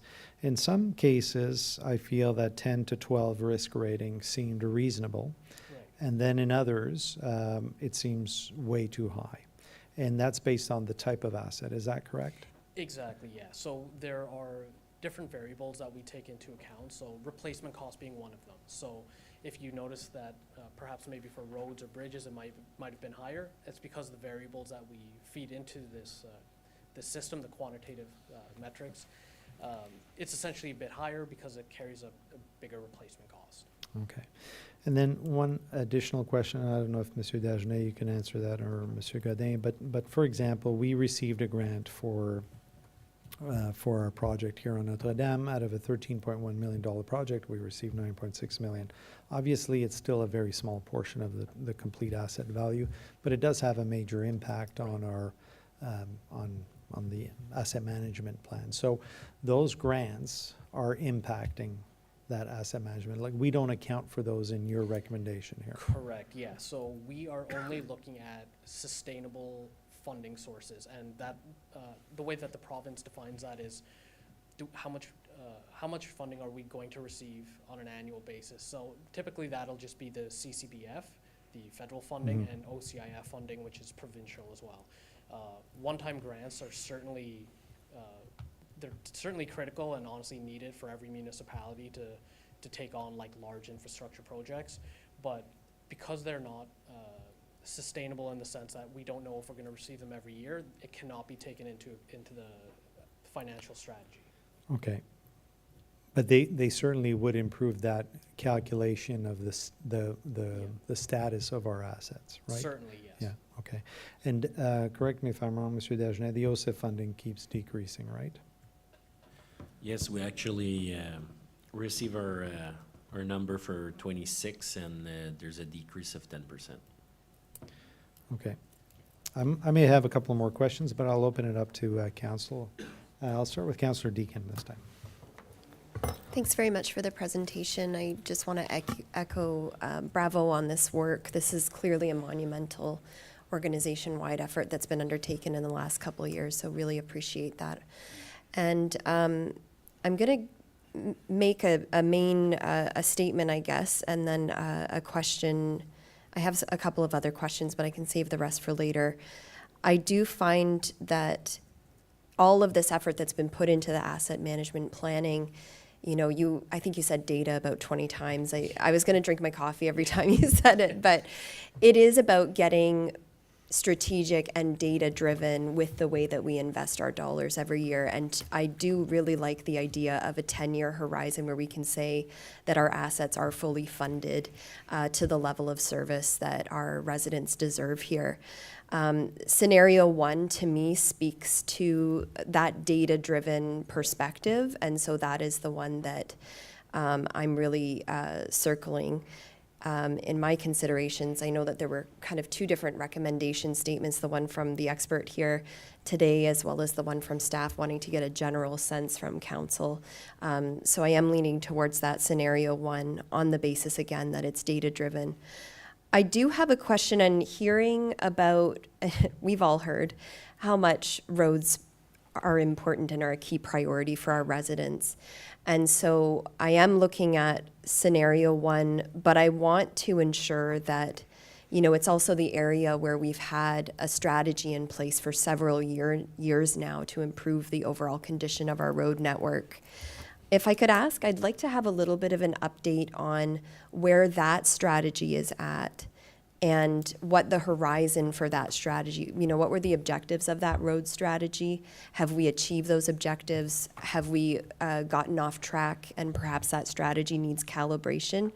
That's just one area that I want to make sure that we don't drop the ball on. And so it does, because there is a bit of history there, if I could ask for an update on how that specific asset class plays into it, I would appreciate that. Yeah, thank you for the question. Of course, the road network it's the asset class and asset category that we all experience every day, right? That being said, though, I'd like to first mention that 77% of the entire road network has been assessed. And if we take a look at the condition of our road network as of right now, it does indicate that it is in good condition. That still doesn't take away from the fact that, of course, there's going to be complaints that come in, and that's quite natural, just based on the asset class and asset category.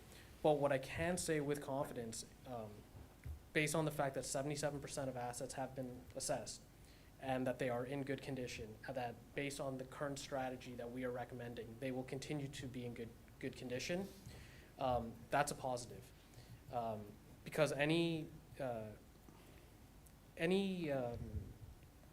significant improvement, if we take a look at that slide, actually, I believe it's slide.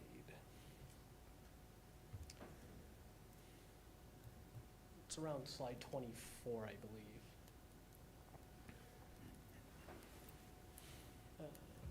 It's if you want to go up, there we go. Right. So if we take a look at the at scenario 3, for example, just improving it even a little bit from 62 to 70, you can see that the annual capital reinvestment required, it's quite significant. So that will be a tough and that will be a difficult decision that council will have to make if we are to say we're going to continue or improve our roads even more than what our current strategy is. But what I can say with confidence is that the majority of assets have been assessed, and what the data is telling us is that they're in good condition. Now, it could be one of those things where perhaps it makes sense to complete a road need study on some of those assets that have not been assessed, or if that's done internally, just so we know that any decision to increase investment is totally backed and driven by data. But again, to echo what I was saying earlier, it's I'm quite confident in the data and the fact that it's telling us that the roads are in good shape. Follow up? I have a couple more questions, thank you, but I'll pass it over. I did just want to say, I found that aspect, the survey results, especially informative, and very grateful for all of the residents and members of the public who responded to that survey. Great. When we are speaking of roads, all those that are county roads, for example, where we are only charged 50%, that's all been taken into account, obviously, of right? course, Yeah, yes, okay, yeah. all right. Councillor Armstrong? Just one clarification, reading through the 150-page document. It assumes that the 2 existing arenas and the community center are closed in about 1 year. And why I'm bringing that up is that's still part of our strategic discussion. So that's an assumption that may not be borne out after a certain amount of time, and that could have some significant effect on our facilities here, because both of those, or all 3 of them, are aged, and the expected useful life, they're coming to the end of it in any respect. Yeah, so I think it's pretty fair to say still, though, that it's a reasonable certainty that sometime in 27 we will not be using them for their purpose. So whatever new project becomes out of that, or whatever this council decides, I mean, that's the reality of that, right? But I understand what you're saying around that. Yeah. Councillor Lauren? Sorry, just to clarify, would that be 26, would it not be? Well, it's fall of 26, and so it would be season 26, 27 for the ice typically. Right, which would be starting in the new facility, which would mean, Assuming everything works is well. Yes. on target like it's supposed That's to, correct. that those facilities would, and I'm assuming this is where that assumption came in, is while we would still own the asset, they would no longer be used for the purpose that they currently are used for, which is arenas, so ice in the arena. Correct? Yeah, that's correct. And that's- So you can see that breakdown. We've provided a few additional scenarios in section 14, where it assumes, okay, if we're to keep all these facilities, what the average annual requirement would be with the new facility, what it would look like without these 4 facilities. So we've included 3 different scenarios in there for you to review. That's great. Thank you, Mr. Sharma. Any other questions, members of council? Councillor Deakin. I'm looking, so scenario 3, I'm just curious how that scenario was set. The average of 70% of assets in good condition. Why not a target of 60% in good condition? You were referring to, through you, Mr. Mayor, we were referring to the ISO, performance, cost, risk. Right. Is 70% a magic number that elevates, beyond performance? Because we're, of course, we're hitting on better performance, but are there tangible improvements on the risk and cost side that we should at least be aware why that scenario was included? Right, okay, so Sure. the standard is the Canadian Core Public Infrastructure Survey, so it breaks it out into a 5-tier system, or a 5-tier scale. And 70 was just selected because it's right smack dab in the middle of that good. So 60 to 80 is what we would consider good. So for that reason, we said, okay, if we were to say we want everything to be in good, literally right in the middle, good, Okay. what would that look like? So that's why we wanted to provide that third scenario. Okay. Councillor Deacon? And just one more, thank you for that explanation. It's really simple, which is great at this time of the night. So I did read that climate change is reducing the useful life of an asset, increasing the risk of asset failure, recommendations that climate change considerations be incorporated into asset management practices. Can you explain a little bit for us today how our asset management plan draft that we're looking at, these different scenarios, incorporates the risks associated with the increase in extreme weather? Right. Mr. Sharma? Yeah, sorry. Right, so naturally, and of course, we acknowledge the fact that climate change is impacting our assets, whether that's the more significant freeze-thaw cycle with our road network, or bridges and culverts, or our storm network. So we do acknowledge that. But in terms, and what I think you're probably hinting at is where can we tangibly see that in our asset management plan? And what I can say is that across Ontario municipalities, it really has not been incorporated truthfully as well as we'd like to see it incorporated. There's an acknowledgement of it, but how tangibly it's impacting our assets has not really been taken into account, and it's not really within the asset management plan. And this is not just for this asset management plan, this is across Ontario municipalities, because essentially there really just has to be an acknowledgement of it. Where we are seeing municipalities really at the forefront of integrating climate change into their asset management plans is out in British Columbia, where it is mandated. There are certain mandated things that need to be reported on. I can't remember the municipality off the top of my head, but there's a fantastic asset management plan from a few years ago. And I will forward those details over to Sebastian, and if you'd like to take a look at that to see exactly how climate change can be incorporated into AMPs. Councillor Deacon? That's not reassuring, but thank you. I guess what I would ask is that as this, more and more information is available every day, that can I assume that new data on how more extreme weather events are impacting the useful life of assets, for example, that information would factor into the asset management planning tool and the data would come up accordingly? Monsieur Bourgon?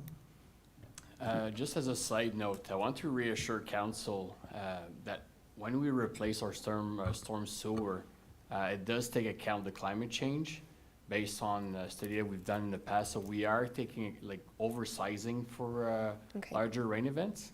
So in our asset management plan, the replacement costs of those storm sewer Take that into account. take that in account, that we are replacing with the larger diameter.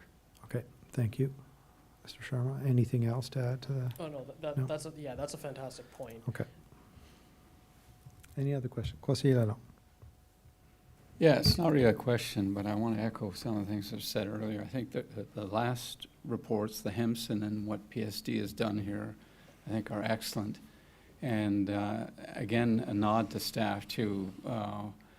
I can appreciate how exhaustive some of this work would have been putting the data together and to get the compliments you've been getting from PSD on that and that collaboration. I just want to reiterate my appreciation for that as well from staff. Much appreciated. Merci, conseiller. Are there any other questions right now? Okay, seeing no questions, so the final financial strategy related to the proposal here is a phased increase of 2.8% on tax-funded assets, 3.6 on water, 1.8 on sanitary over the 10 years. So over the next 10 years, as a base level, we'll see that 2.8%, 3.6 and 1.8. Members of council, staff is asking us to understand if we're comfortable with that. What's the time frame like, that 10-year? You know, just let's have a little discussion on that just to make sure that we're directing staff to come back with the proper amounts afterwards. Just I want to be sure that that's clear on our behalf here. So if I can get members of council to chirp in on that. Councillor Armstrong? I am in agreement with that. And again, from my own military experience, that is the requirement to come up to this level is essential, I think, for the long-term health of the township. Thank you, Councillor. Any other comments on that? How about the 10-year span? Is there, you know, and maybe Mr. Sharma, if I wanted to try to save a little bit on annual increases, could I push it to 15? Could I push it to 12? Or should I go down to 8? You know, we said 10 here. Was that an arbitrary amount just to make it reasonable for our residents? What are your thoughts on that? Yeah, so the 10-year recommendation that we have, it's grounded in the fact that it's sustainable, it's realistic. That 2 to 4% is kind of that sweet spot. The other thing that I'd like to mention is that Russell Township has done a very good job just in terms of understanding what the needs of its community are, which is evident in the fact that it is above the municipal average of 44%. So I do want to acknowledge that. The 10 years is not arbitrary. It's selected because it falls within that 2 to 4%. That being said, I certainly would anticipate that council deliberate and discuss the pros and cons of a 10-year versus a 20-year approach. But our recommendation is that 10-year phase in because it's grounded in the fact that it's within that 2 to 4% range, and that it's an ambitious, but it's a goal that we can follow through on, in our opinion. Okay. Monsieur Desjardins, can you remind me, last year at budget, our plan was 1.5? No, the plan last year was 2% for 7 years. Okay. So now because the requirement has increased, we're now at 10%, 10 years. But there's one thing though, last year and when we presented our strategy, we took out the 2 arenas, the Centre Camille Pichet and the pool. So there is, if we do the same thing for 26, or for this new strategy, there is an annual requirement savings of 1.2 million if we take those 4 assets out. So that's why in my financial strategy, the financial implication in the report, my annual requirement was lower than what's presented in this presentation, is because I was comparing with what we did last year. So that brings us more to a 2% on 10 years instead of 2.8%. So based on those 4 assets there, By removing 3. those 4 assets, 3 yeah, or 4, the 2 arenas, the Centre Camille Pichet, and the pool. and the pool. Because we know that the rec complex will have his own Yes, asset management strategy. that's incorporated in your calculation of the 2% down the road, correct? No, that's not even in this AMP, the rec complex. Because it's not a is- shortfall right now. It's not built, finished yet. Okay, je comprends. So, but in the financial strategy we put on, We got in, and when we started quand on a décidé d'aller de l'avant avec le rec complexe, on avait déjà mis une stratégie en place pour l'asset management. Fait que le but, c'est d'en mettre un petit peu moins au début, parce que la bâtisse va être pleine, elle va être neuve. Oui, je comprends. Puis quand on va avoir remboursé le prêt, on va Cet être argent-là va les aller dans le- savings vont être capables d'être apportés dans Exactement, l'asset je m'en management. souviens, merci beaucoup. I think I know where you're going to go, Councillor Lauren, but you go ahead. Couple things. First one is, you just mentioned the potential reduction from 2.8 to 2 based on those four facilities being excluded. I need to know what the percentage for each one of those facilities would be to add back in, should we decide that we want to keep the Saint Camille Piché and the outdoor pool. As an example, those were my recommendations back when we did our first initial discussion. That's the only reason why I'm asking about those two facilities. I'm sure council probably has other earmarks for all the facilities, and we're going to have that discussion come the fall. But to me, I need to understand what the impact is for those two facilities from a percentage basis, understanding that probably the main amounts of that 0.8% would be the two arenas. But I do need to know what those two are before I make a final decision on this. So that's the first thing.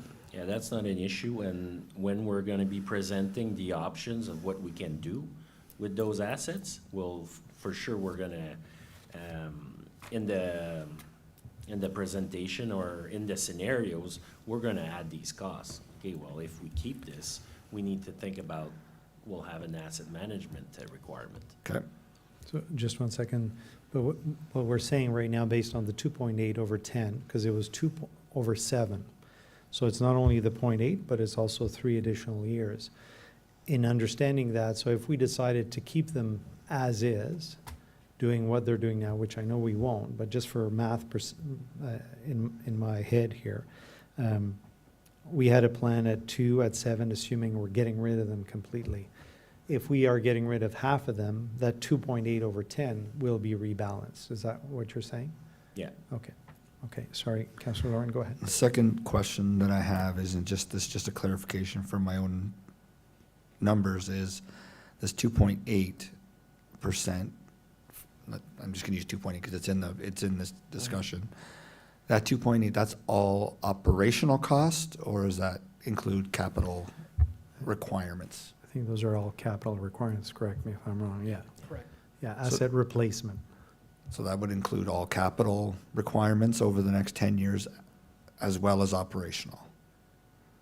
No, that 2.8 is just for the That 2.8 is asset just- management. That Just for doesn't capital. include, It's for us to be able to place every year the right amount of money on asset management. yeah, it doesn't touch operations, that's a whole. Strictly reserves. Yeah, that's correct. So we'd be putting 2.8 million into, 2.8% into reserves on an annual basis, not accounting for any capital or any operational increases. Well, So our- capital is included, that's doing it, No, these are reserves, though. but the reserves are to pay for capital. Yeah, well, the 2.8% is an increase of taxation, that we're gonna take that money and, yeah, we'll put it in a reserve for asset management. So in year 2, if we need to renovate something, or we need to change a bridge or whatever, we'll have those reserves to cover for those capital projects. Okay, I'm just looking at a starting point, right? We have a 1% tax rate increase right now for the rec complex.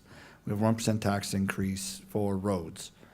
We start with 2% every year, right?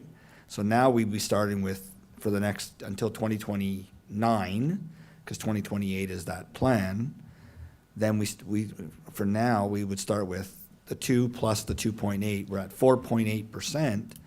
We haven't done anything yet.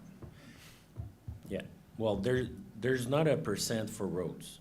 That's not a, That with the Okay, asset that- management we- plan, that it's that's covered in. included in this plan. It's So rolled. it's Okay. included in the 2.8. Okay, so So, yeah, previously we're we had a starting at one, 3.8. previously we had a Yeah, we need to 1% do for roads outside of our network. We've changed that up a little bit, so our starting point is 3.8% for the next 10 year, well, until 2028, 2029, we'd start at 2.8, then we would factor in everything else, correct? Yes. Okay. Last question. And if we can get the numbers as well, the actual numbers for, not percentages, for the user fee-based amounts. Because 3.6 doesn't tell me anything. It tells me it on the tax place, but it doesn't tell me on the other side. Because I know that 1% of taxes will be $18, $19 for the average household.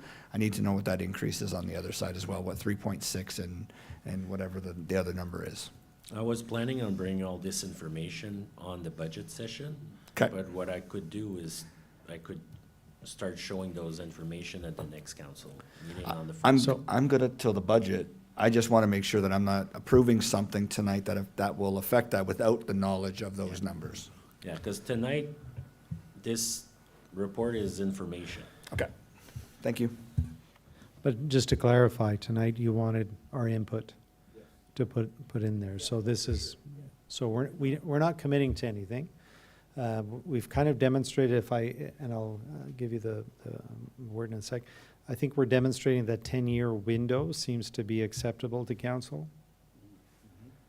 Nobody wants to entertain 12? Like, I'm okay to look at that. I'm okay to look at plus a couple of years if that softens the blow. We can bring different scenarios. We Yeah. can bring a 12 and a 15. And so the other aspect to it that I think I'm hearing from council is to have a better understanding of retiring those major assets and what kind of impact that would have. I think we all agree on the direction of the plan, and where we want to go. It's just how long of a horizon and what is the impact of those other assets? Because when we will have that discussion about retiring those assets, those will be important considerations as well. That's kind of the pulse I'm getting from council. I know you had another question, Councillor Deakin. I was just going to restate my earlier comment because you had asked to tap into each. So again, looking at that data-driven scenario 1, and I do understand that the numbers will be in flux, and the big flux number that I see is the storm system, right? And what's going to be coming when we do get those CCTV results back. It is our largest replacement cost, and getting more data that, being realistic that is also to come. So again, approving and being in support of scenario 1 as an approach for tonight.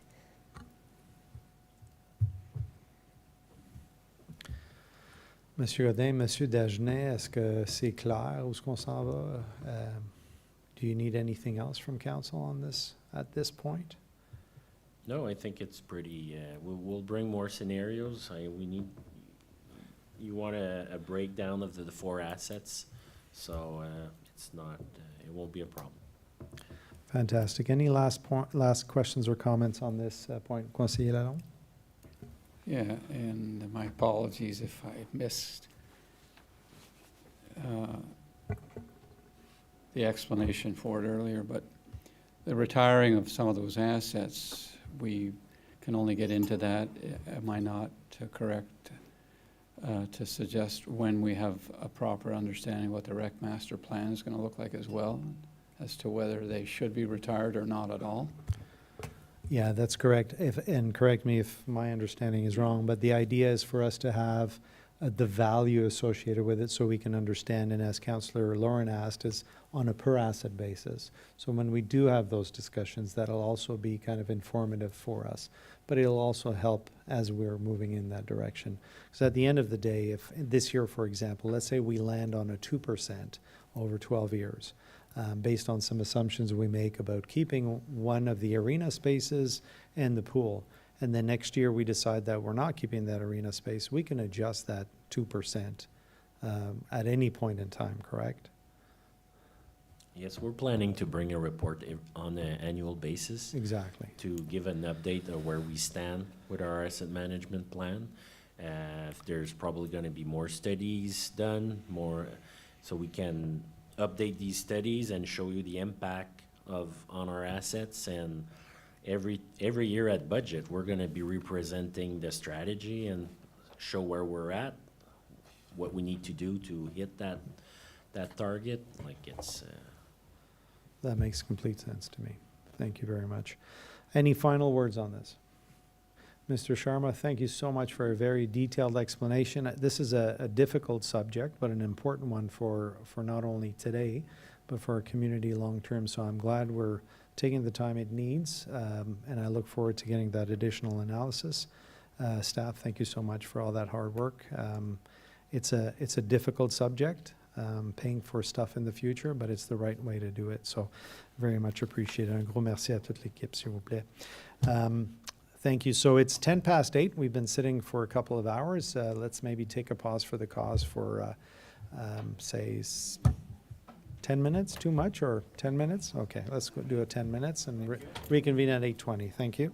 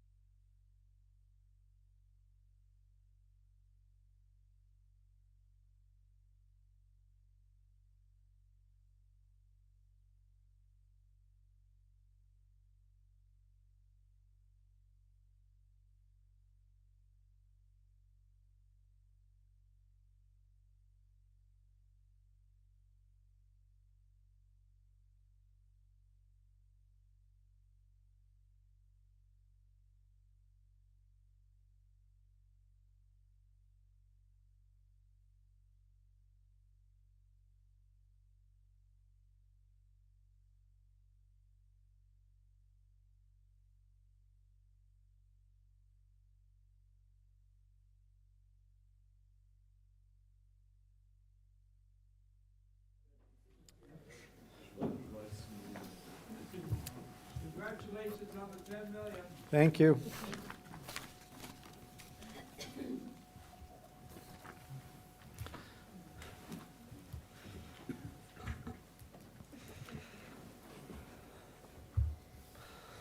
All right, so that's A and B done.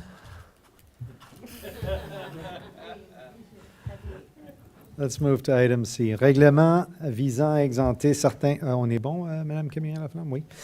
Règlement visant à exempter certains terrains de l'application du contrôle des lots, PD 2025, voire règlement numéro 16, propriété connue étant le 118 et le 120 Dove House Gardens à Russell. Quelque chose à rajouter là-dessus, M. Bourgon? Non. Questions, commentaires, membres du conseil?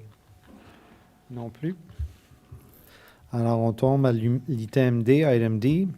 Zoning Bylaw Amendments, Report PD 2025-39.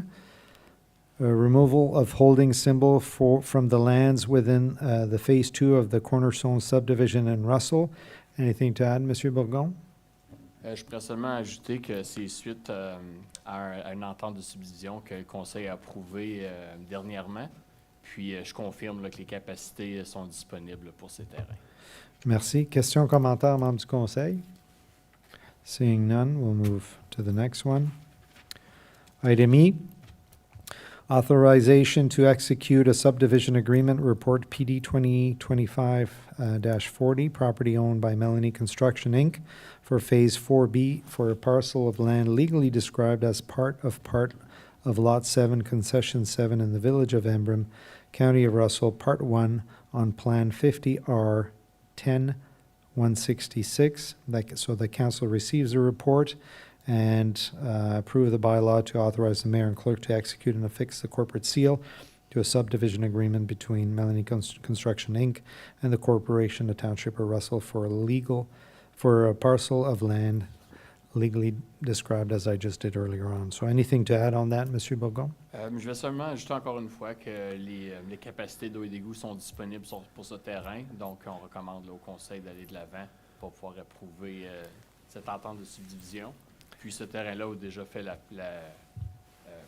il y a déjà un pre-servicing d'établi. Donc, c'est déjà en branle, le développement de ce terrain. Merci beaucoup, Monsieur Bourgon. Questions, commentaires, membres du Conseil? N'en voyons pas. On continue. Item F, que le Conseil reçoive le rapport CSAS-FS 2025-18, daté le 22 décembre, pour information seulement. C'est l'application c'est un rapport sur les applications d'octroi. I think there's a mistake on there. There's a big mistake. There's a little shortfall missing. I think we're going to adjust that as of today, correct? Ouais, Monsieur Dagenet? Oui, excusez, oui. Je trouvais ça, on trouvait que le timing était bon de présenter ce rapport-là aujourd'hui, avec la bonne nouvelle qu'on a eue ce matin. On est, la municipalité de Russell est l'heureux gagnant ou récipiendaire d'un octroi de 10 millions pour le REC Complex. Fait que c'est une excellente nouvelle. Avec la nouvelle de la semaine dernière du 9,6 millions pour les rénovations de la rue Notre-Dame, là, je trouve ça, c'est vraiment le fun. C'est des belles victoires pour tous les résidents puis l'administration de la municipalité. Merci, M. Dagenet. Ça arrondit la fin de mois, pas pire, hein? Just to add on that, I think it's important to note that, since 2024, we're upwards of just under $30 million in grants that we've received for the municipality. So I think kudos goes to the staff team for the work, for the application, and I know that we are using some outside support, and there is a cost associated to that, but I think everyone will agree that, these record numbers of grants are demonstrating that those were good decisions in securing that support for us. So congrats, Monsieur Godin, to everyone on the team for all the hard work on that. I think it's nice to see everything pay off on that. Questions, comments, members of council on this? Conseiller Lalonde? Yeah, I feel a need to echo that too. In the last year or so, with the hiring of an expert consultant in grant applications, there was some pushback from residents or some residents, and the concern over whether that was a good investment, good money for value. And I just want to congratulate you all. I mean, it's exceptional. I mean, to stand here again today and see a check handed over for $10 million. So for the vision and the effort to find a group that could help, and for you all to prepare those grants as well, to do the research on them, and then to select a group that could help us get to the goal line is quite remarkable. So I just want to add, Mr. Mayor, my congratulations to the staff administration for the good work. Great, thank you. I think I should also mention, because I had asked the team to, on these large grants, to get a better idea of the impact for our residents. And so it's worth mentioning that specifically for this one, this $10 million grant allows us to reduce the amount that we're going to borrow from 78 to 68 million. So that $10 million difference of reduced loan has an impact over, say, a 30-year mortgage of roughly $9.3 million, is what we calculated based on the rates that we could get. So although in essence we received 10 million, but the impact on the municipality is almost double that. And so, if I take that, look at the 9.6 million that we received for Notre Dame, those are worth so much and so much more than what we're seeing there. So again, all great news. Councilor Lawrence? Yeah, so you hear me say this a lot, but as someone who's sat here for many years and heard the same things where, we weren't getting funds, from different levels of government for whatever reasons, not for lack of trying, but just we weren't successful. To see the level of success that we've had over the last 3-4 years has been incredible to witness. So, the investment in staff, the investment in outside third parties that are helping us get this funding, and the fight that we get from our MP and our MPP to bring those funds to us. One of the biggest things, and I said this today to somebody, is our financial situation is incredible to allow us to apply for these grants and to get put into a good position to receive those funds going forward. We have solid economic plans and financial plans, specifically with the rec complex this time, but with other projects as well. We have that foresight to plan ahead, and we've been extremely successful. So great job all the way around, and look forward to more of these types of announcements down the road. So thank you. Thank you, Councillor. And I just want to add to that piece, and one of our biggest concerns when we were starting down this road is I hope that the financial planning that we have been doing doesn't hurt our chances of getting grants. And it's nice to see that, even with a good plan, we're still getting the grants, and not only getting them, we got the maximum eligible amount, so that's fantastic. And again, kudos, and I said that today, not only to our MPP, who's opened so many doors for us at Queen's Park, but even the rest of the municipalities and the counties. We asked them for support letters, they did, and so I think that collaboration also is helpful. Councillor Deakin. I was thinking right along the same lines that it does take a whole community and a cohesive, collaborative spirit in our region to get those support letters, as you mentioned. And as we do have the CEO of the library here tonight, I also want to commend the library's numbers aren't in here, but there's been a lot of effort by the library board and the library staff as well to be seeking grants. Quite successful so far in my books. And you'll see more and more announcements about that and how it will help offset the cost of the move into the Embrun branch as that project advances as well. So again, just highlighting, there was one grant in the list, certainly not a $10 million grant, but I read a grant that required community volunteers. It was an arts grant. And just acknowledging that there are average community members donating their time, donating their expertise in different levels, bringing arts funding to our community thanks to their volunteer hours as well. So, yay. It's great to, this report kind of opened the door to all this. So thanks for bringing that report, Monsieur Dagenet. It's nice to be able to say some great things like that. It feels good. Let's just stop on this there for a second and appreciate it. Okay. Any other comments, members of council? No? Parfait. On s'en va à l'item G. So the council received report CSAS FS 2025-20 dated September 22nd, 2025 and approved 1. Proposed bylaw to amend Schedule A9 of the Parks and Recreation fees of the user fees and charges bylaw 2024-97 for the addition of the 2 new annual user fees. So 1, $1,200 per year for a business to display its logo and promote its company on arena boards, and 2, up to $4,000 per year for a business to display its logos on municipal Zambonis. And item 2, the implementation of a sponsorship discount policy when a business rents a second or additional advertising space and the total cost of its sponsorship exceeds $2,500 annually, a 5% discount will apply to the second and subsequent rental deducted from the lower annual cost. And when a total annual cost of sponsorship exceeds $5,000, the discount will increase to 10%, also applied to the lower annual cost. Anything to add to that? That would go, Monsieur Dagenet?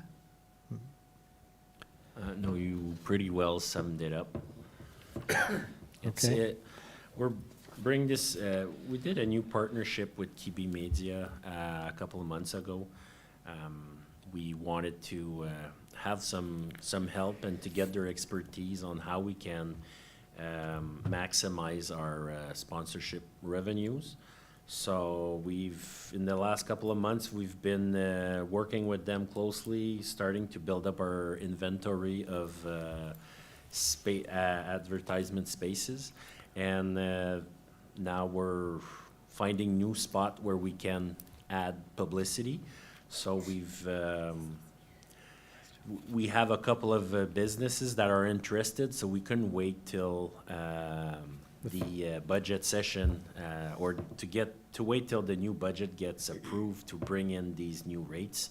So that's why we're presenting them tonight. And for the strategy, well, it's again to try and to maximize our revenue. Sometimes there's a business that wants to put some promotion in the arena and also in the dog park. Well, by bringing this little incentive, maybe it'll just help them into getting 2 spaces instead of just 1. Yeah. So certainly on the incentive side, it makes sense. And I'm glad you're mentioning that it's because we had some demand right now that you wanted to establish these. Because if I understand correctly, the KB Media is coming back with a full sponsorship package, if I understand correctly, for all possible spaces in the new rec complex and so on, correct? Yeah. Okay. Councillor Lauren? Just a couple questions. So we currently don't have any rink boards sponsors in either one of our arenas?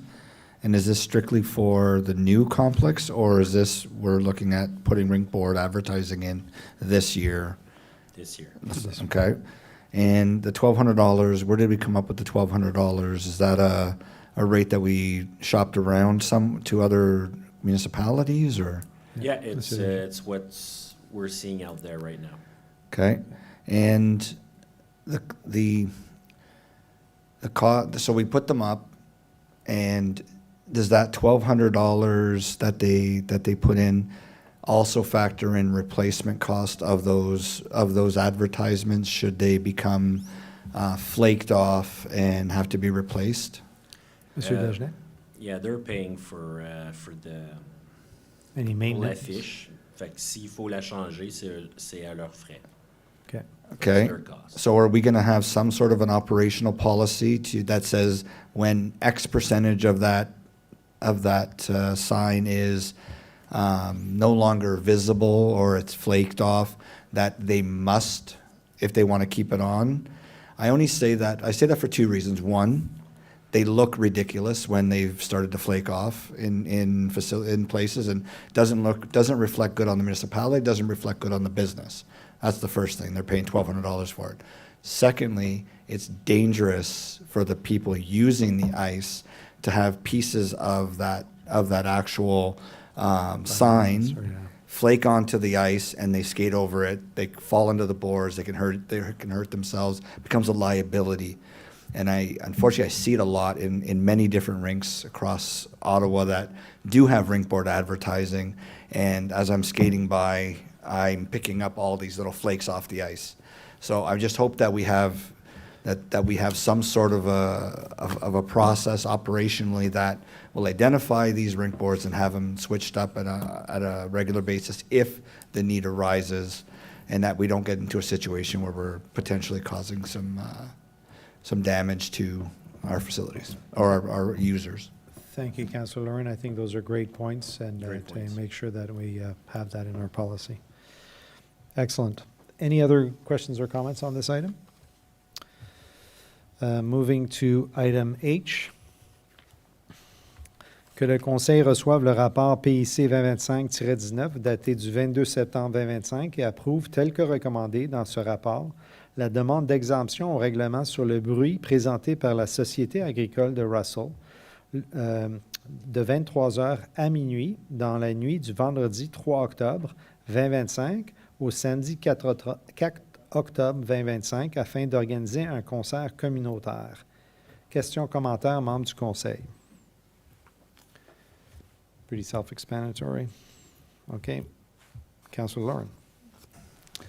Yeah, I guess I just have one question or concern is, so we have one that wants to go from 11 till 12, and the other one wants to go until 1 o'clock in the morning.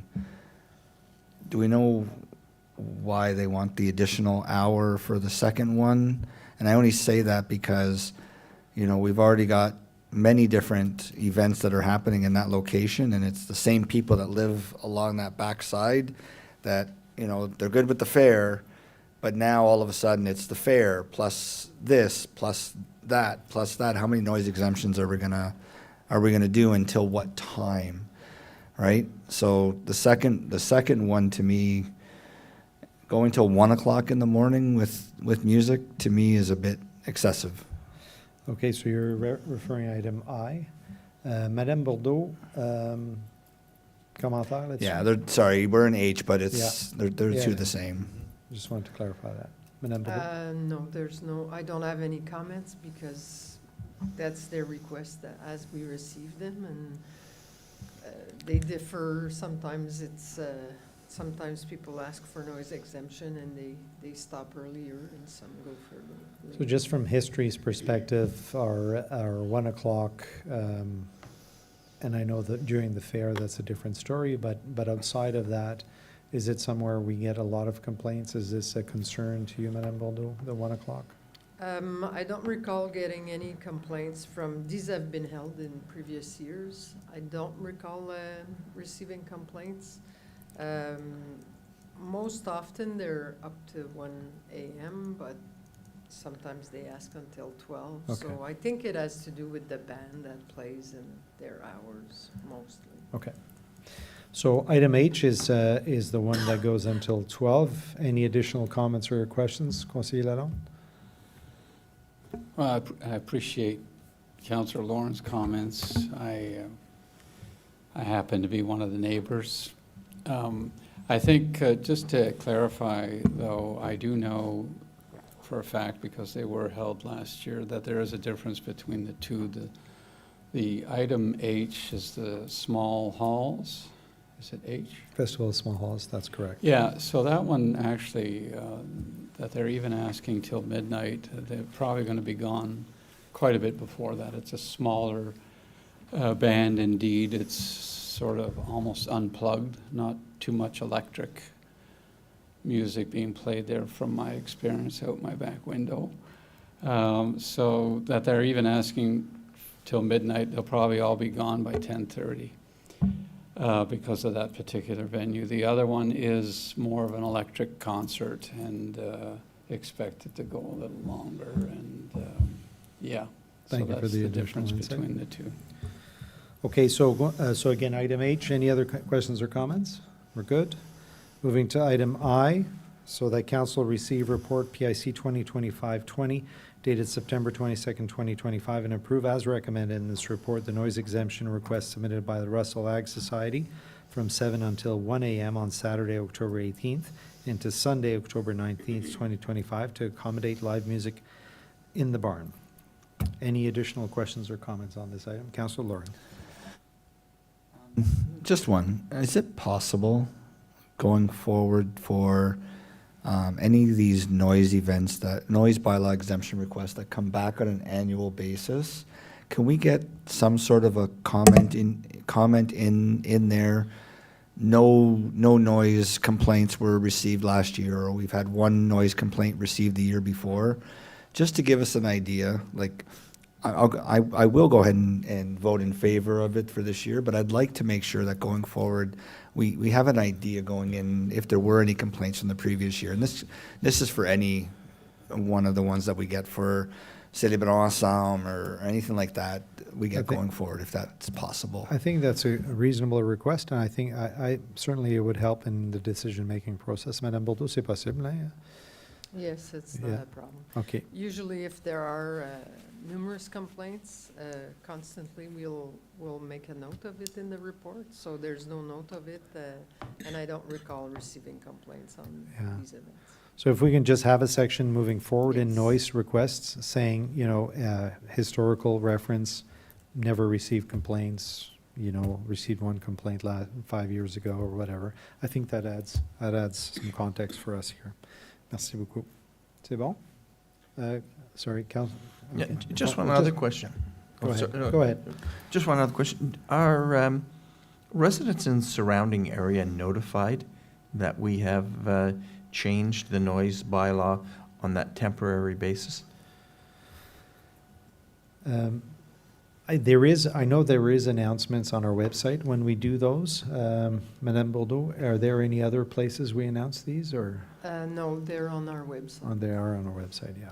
Sorry, Councilor Lauren. No, that's okay. So it just, the reason why I think it's important to have that information as well is to be able to respond to residents who may live in that area, and they then come to us and go, well, I couldn't sleep, last year because of this, and well, we didn't receive any noise complaints. That's why we felt comfortable approving it this, or that's why I feel comfortable. If you do have a concern, please make sure you make your complaint, and then that way there it gets to council. If council doesn't know, then, we can't make a properly informed decision, so. Absolument. Super d'accord avec vous, conseiller Laurent. OK, on tombe à l'item J. Que le Conseil reçoive le rapport ISPW 2025-21 daté du 22 décembre 2025 et approuve les modifications à l'annexe 27. Nous, c'est 17. C'est 17, hein? Du règlement 31-2004, limite de vitesse. Madame Bordeaux? Monsieur Bourgon, excusez-moi.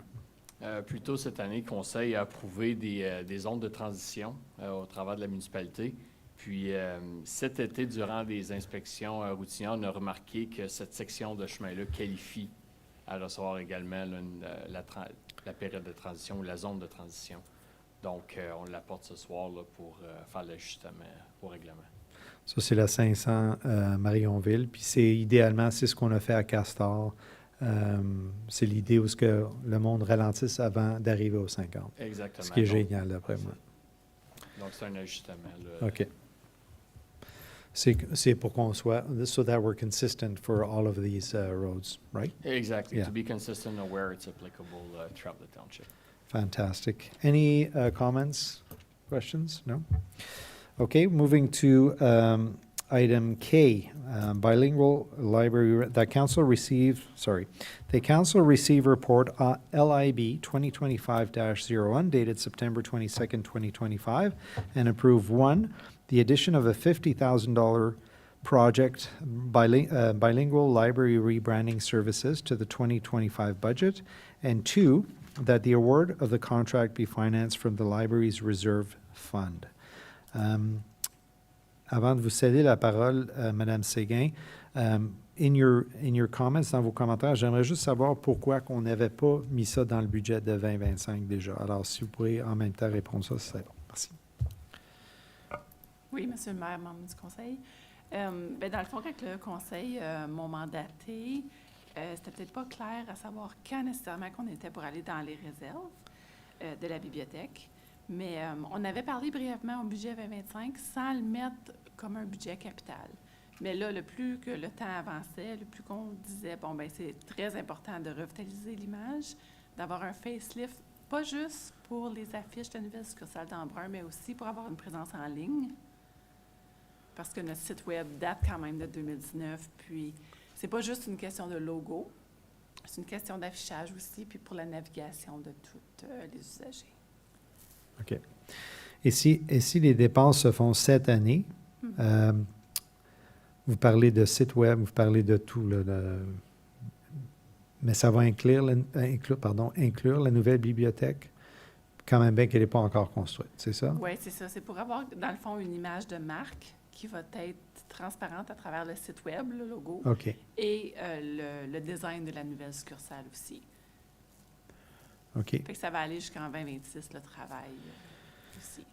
Puis cet argent qui sort de la réserve de la bibliothèque, c'était déjà earmarked for, je ne sais pas le bon mot, excusez, là, en français, là, mais c'était déjà, it was already earmarked for this type of expense in your discussions with the board. Is that a fair assumption? Oui, avec le conseil, oui, mais c'est ça, vu que c'était une dépense en haut. Puis justement, on est en train de clarifier certains points avec l'entente de service de MOU avec la bibliothèque pour savoir quand et les réserves peuvent être attribuées. Donc, c'est ça. C'est un peu pour là que je suis là ce soir, pour savoir si on peut l'utiliser cette année en 2025. OK. Conseiller Laurent? So I don't know who to address this to, whether it's Mr. Godin or Madame Séguin. Sorry, I'm trying to look over. Procedurally, do you have a resolution from your board to make this expense? I do. And when they mandated me, like in June, to do the RFP, like at that time, the information was not really there to know like when and how we could spend from our own operational reserve. And we're trying to clarify that with the MOU. So you've already gone to tender, and have you awarded a contract? We didn't order a contract, but we've gone to tender. Okay. And now we got really good portfolio, and we invested time and staff time in that. So ideally, with all the response that we got, we could have a contract made this year. Okay. Do we have that resolution somewhere from your board stating they approve this expenditure? Because normally we would get a copy of that resolution to council saying, or resolution from your board saying, yes, you agree to make that expenditure from your reserves. And then obviously, since it's not in the budget, then that all would come to council. But I don't see that here. Yeah, I can provide that. So it's not here right now, but this is a timely requirement. Can this come back at next meeting with that resolution? Councillor Deakin? If I may say, the resolution was passed and appears in the minutes of the library board that are publicly available that we could look up. I would suggest that if it's council's will to allow for this expenditure, that given that there are firms waiting to hear from the results of the tender, and it's been delayed, I believe, by a month, if not 2 months at this point, appreciating the circumstance that we find ourselves in, the resolution is publicly available in the library minutes on the website. Thank you. So, thank you very much, Councillor Deegan, for that added context. I think that that is good. It would be good to have it highlighted as a follow-up for council to maybe have a link to those minutes as a follow-up. In terms of the process here and how that's working, so those are discussions moving along for future purchasing with the library. Is that fair to say, Monsieur Godin? Merci, Monsieur Maire. Bonsoir, Chambre du Conseil. So yes, that's a fair statement. So we are working together on a memorandum of understanding, kind of to clarify the roles between the library board and the township. The use of reserves, I guess, is one of those items where maybe fell into a gray zone, where there maybe was a misinterpretation or misunderstanding between both parties as far as those authorities. But in discussing with Faust, with Madame Séguin, we've clarified that to add a $50,000 expenditure to the budget, it would have to go to council. So that's why she's here now tonight. Okay. But we are working on revising that. Is that what we want moving forward? So we're kind of discussing that, and we'll be coming back to council with an agreement there. Merci beaucoup. Anything to add, Councillor Deacon? I just wanted to ask through you, Mr. Mayor, for Madame Séguin-Couture, the amount that is currently in that reserve from which the 50,000 would be drawn. What is the amount in there? Madame Séguin? Je pense que c'est comme 150, oui. Ouais, around 150, the exact number. And that's not meant to be allocated for anything else. It's a C'est une réserve. Est-ce que- rainy day fund. Mais cet argent-là, on s'entend que ça va venir assez pratique aussi pour le déménagement comme tel. Est-ce qu'il y a une autre réserve pour le déménagement de la bibliothèque? Oui, hein? Oui, il y a une Merci. réserve de déménagement. La réserve de ressources humaines, on l'a appelée la réserve opérationnelle. Donc, elle viendrait de cette réserve opérationnelle. OK. Ensuite, il y a Asset et DC. OK. Merci. Autre commentaire, membre du conseil, Councillor Roy? Yeah, just so we're clear, I have no problem with the actual expenditure itself. I think it's a good idea. I was more talking from a procedure perspective, going forward, but I have no problem lending my support to this resolution. Thank you. Any additional comments? No? Thank you, members of council. Merci, Madame Séguin. OK.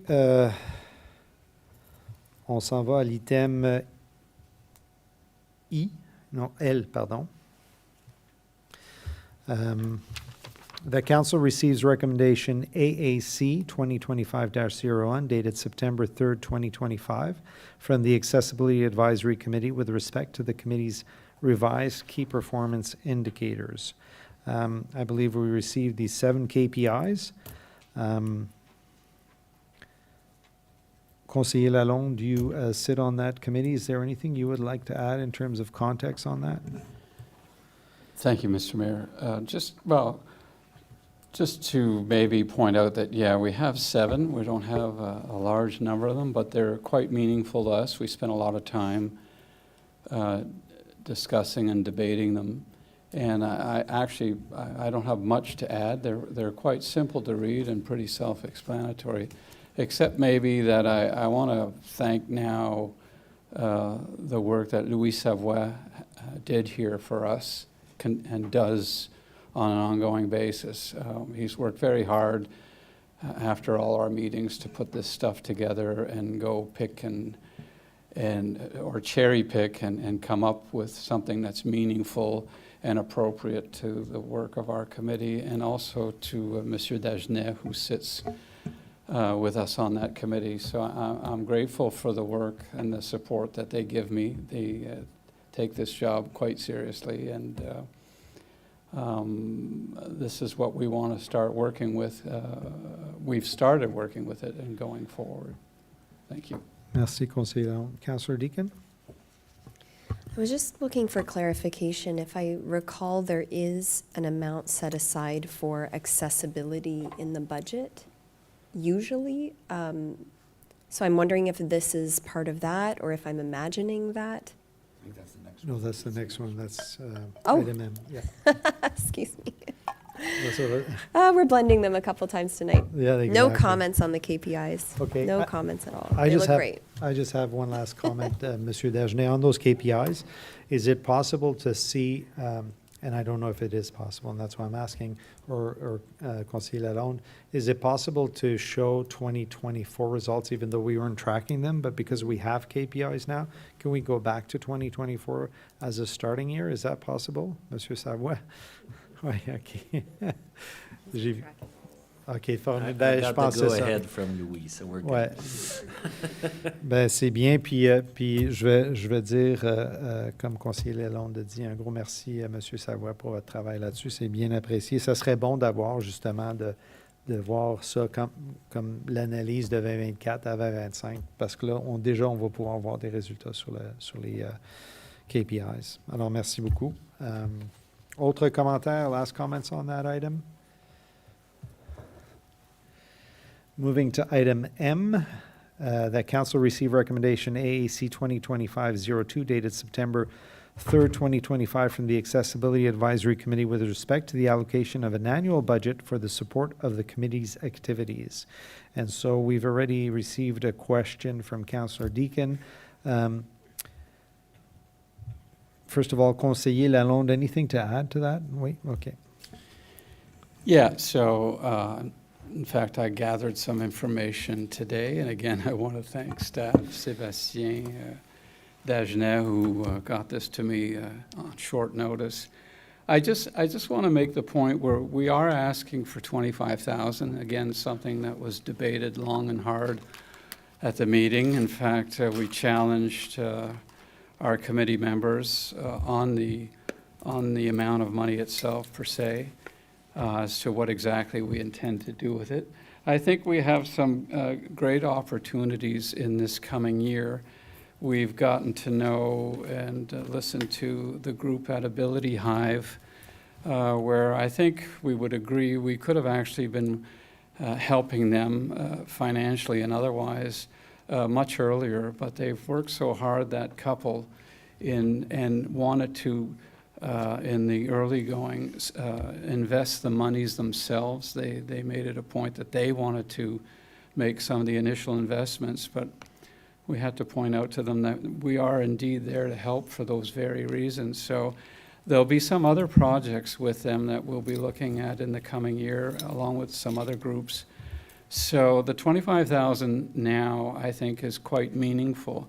I say that because in years gone by, there has been an amount of $25,000 in the budget that has, for various reasons, wound up in being used by infrastructure, probably because it hadn't been used at all by the committee itself. So the money was sitting there, and it was used on sidewalk projects, improvements. Those sidewalk techniques that we're using now with those steel plates that have the bump outs. The bumps in them. I forget what it's called. I have it here.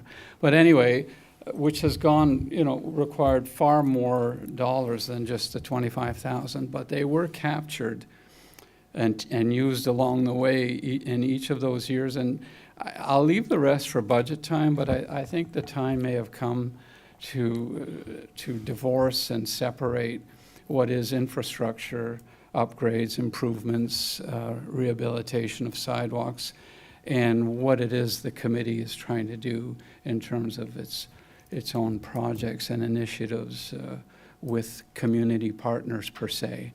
And I'll bring that up further at budget time. But for the purposes of this recommendation from our committee, we do intend to try to use a good portion of that money in projects and support, financial support applications in the coming year. Thank you.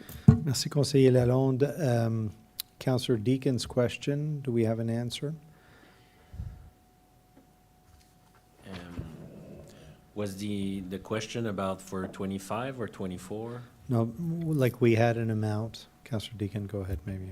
Yeah, I was just hoping for clarity. In my mind, there was a budget line every year for accessibility. Perhaps that's what Councillor Lalonde is referring to, that went into infrastructure. So I'd just like some more clarity on it. Was it always 25,000? Is this simply the first time that the committee's asking for this when it's usually there anyways, or? Okay. Yeah, Monsieur it's- Desjardins? Well, I did some research until 22, and it always been 25,000.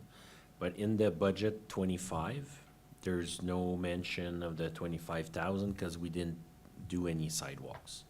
So there's no line item So- in the budget 25. So those previous items of 25,000 were related to sidewalk work? Yeah, in 22, 23, and 24. Okay. We used that fund, that money to purchase tactile walk surface indicators. Okay. Councillor Lauren? Yeah, just to be clear, there has never been an annual amount of $25,000 for the Accessibility Advisory Committee to do anything with. Like every Mr. committee, okay. every committee received a couple $1,000s on an annual basis for many, many years, and I don't know if that stopped or not, I can't remember with all the changes that have gone on. But we've never granted a $25,000 annual amount strictly to a committee, correct? Monsieur Desjardins? Monsieur Godin? Merci, Mr. Mayor. I'll answer that one since I was treasurer at the time. But we had some community requests. And I see in the budget for I think Mr. Dejan said for 2 or 3 years where we had $25,000 specifically in the infrastructure budget for for sidewalks, but it was specific for accessibility needs, like those initiatives that were mentioned. Yeah, by Mr. accessibility needs, not for the accessibility committee as an annual allotment to the committee. That's correct. But Okay. it was as a result of a request from the committee. Correct.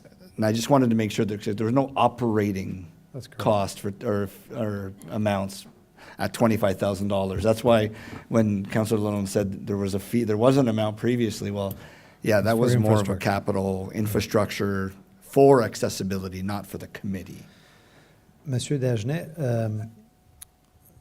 je pense qu'on a un autre comité qui reçoit de l'argent depuis l'année passée. Est-ce que am I correct in assuming that the Teen Advisory Committee receives a few $1,000s as of last year? Is that correct, Councillor Lalonde or Monsieur Dagenet? Well, I know for the Meet Me on Main Street, there was a request, but No, I'm talking about separate to that. It was, I thought last year we had agreed to a certain amount, or maybe it was during this year that we agreed to it. Not sure. Yeah, I'll Okay. speak to that. I believe in the very first budget, or maybe the second that we looked at, we talked about establishing a line for committee budget or for projects. And I think it's really important to look at terms of reference to see, is the committee mandated to undertake projects that would require a budget? And in the case of the Diversity, Equity, and Inclusion Committee, as well as the Teen Advisory Committee, I believe the answer would be yes. And this council has approved funding for specific initiatives, the infographic contest on the DEI side, the annual event that the Teen Advisory Committee is tasked with organizing. That has usually, I believe, come through a budget, like an approval process with council being aware of what those projects are, how much is being asked, and a proposal on the why. And I'm excited as somebody who's looking for to be able to achieve a more accessible community here. I'm excited that the Accessibility Committee is interested in taking on more projects and spearheading things that could require a budget. I'm wondering about if an approach could be made whereby that request is received and pending a further proposal regarding what those spends would be. And I don't really want to bring things to council that are like a couple $1,000s, but I do think, I always point back to the strategic plan. What are we undertaking and how does it speak to these objectives that we have as an organization and how we're investing towards those objectives? And for me, I would like to see what those projects are, not only to consider approval or not, but also to celebrate and acknowledge them when they do spring up. Thank you, Councillor Deakin. And I think, I had this on my notes as we're just receiving the request here, and so obviously it's something that would eventually come back to us at budget where we can say yes or no to it.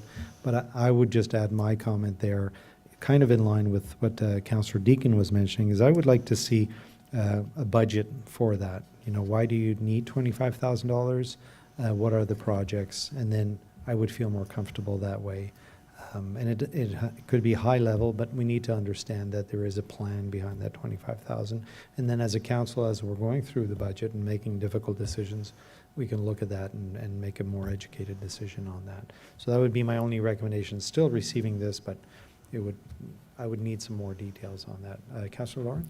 Yeah, I mean, I see the mandate of all these committees as advisory committees to council, meaning they make resolutions to council, recommendations to council for certain things, whether it's accessibility and environment, or parks and recreation. They make recommendations to council. Council makes a decision on whether or not we agree with that recommendation, and then we fund that through whether it's a project or through a budget process or whatever. I agree that we probably should create a line item, whether we have it or not, that's committees, and we put a budget in there, and we roll over that budget, and it increases year over year if it doesn't get fully utilized, whether that first initial influx is 20,000, 25, 30, 50,000, whatever that number is that we come up with, and that's the operating budget for all of our advisory committees, that if they need a project, that they come to council with the resolution from the committee and the recommendation to approve from that budget line. Because then we know we have that money available. I kind of equate it to our community grants. We have a $50,000 amount that's there, and we get those requests come through, and if it hits the lines, and then great. Once the funds are gone, they're gone, and then you have to come to council for additional funding. I can't, and I know we're not being asked tonight, but I can't sit here and give $25,000 to one of the committees, knowing that the other 4 committees are going to come for the same $25,000, and we can't have, you know, $150,000 out there on an annual basis going to our committees. That those funds still have to be approved through council. In my opinion, I don't mind a few $1,000s for operating costs, you know, stuff like that, like that have been getting, but for any type of capital or initiatives that each one of these committees want to do, there should be a recommendation to council, and we should have a line item. Thank you, Councillor Lauren. Councillor Armstrong. Yeah, I have to agree with Councillor Laurent, and as well, for anything that the committees recommend, I would expect we'd be able to tie that back to their terms of reference, a line item on their terms of reference, and show that this is, in fact, generally what council approved when we approved the terms of reference, and they're actioning it. And the other thing I would worry about is if some committees will try to get involved in directing the staff into the actual operations of the township. And that's not part of the committee. They advise us, and council gets their staff gets their direction from council, That's correct. not the other way. That's correct. Okay. Okay, I think there's a fair, there was a great conversation here. I think that kind of provides some direction there. Monsieur Dagenet, c'est bon pour le budget, là, de ce qu'on s'en va avec ça? Oui, c'est certain qu'on va rapporter cette discussion-là au budget session en octobre. C'est juste que par le passé, ça venait, le 25 000 venait d'une recommandation du conseil, c'est pour ça, du comité, c'est pour ça que... Le 25 000, encore une fois, si on revient à ça, c'était dirigé vers very specific capital projects. And so it's really almost like infrastructure, but it was based on a recommendation coming from that committee, correct? So it's not in terms of the function of the committee, i.e. They want to do a survey or something like that. And same for any of the committees. I think the idea that Councillor Lawrence, so I think that 25,000, I'm not sure if that's still applicable, but that to me is almost a separate issue if it's if it's infrastructure-based as opposed to a running of the committee. I think it's almost separate as that. I think every committee should have access to a pool of money. I like the idea. And it's based on projects as the projects come up. And again, as Councillor Armstrong also mentioned, that it lines up with the terms of reference of that committee. And so I think that's kind of the pulse I'm getting from the council right now. Correct me if I'm wrong, council members, but I think that's kind of the direction. Councillor Lalonde, I'm sorry, considering it's your committee, I'll give you. Yeah, I just want to maybe clarify a couple things. One is I don't disagree with the comments that have been made tonight. We arm wrestled with this issue at the committee level about the idea of asking for an amount of money, and we challenged each other, I'll put it in those terms, to sort of qualify or quantify what the monies would be used for. And I think, like I say, going forward, there are some pretty good plans, but there's nothing concrete on the table per se. And I take the point also by Councillor Armstrong that, to be careful that if it was to take on projects where we would be reviewing applications or what have you, and then getting staff involved in the review of them, that we might be operating outside our purview in those cases. So it's to remember exactly what the purpose of our mandate actually is. So I don't disagree that that 25,000 maybe should come with some meat on the bone. And that's why I say that it would be my intention to explain that better at budget time. Thank you. Merci, Conseiller Lalonde. Okay, I think we're good on this subject, members of council. I think we made a point. C'est bon de votre côté? Merci. OK, on tombe à l'item 12, je pense. C'est ça, Madame Camille Laflamme? Reports from an investigator or ombudsman, we have none. Numéro 13, avis de motion, on n'en a pas. Numéro 14, 14, question period on meeting of the day. No questions. There are no questions. So I don't have to read everything. I appreciate that. Thank you. Should have waited. Thank you, sir. Résolution. Motion que le Conseil approuve toutes les recommandations énumérées à l'ordre du jour au numéro 11, rapport des départements et des comités du Conseil. And this is moved by Councillor Armstrong, seconded by Councillor Deakin. I'll call for the vote. All in favor? And passed. Thank you very much. Moving to item 16, bylaws.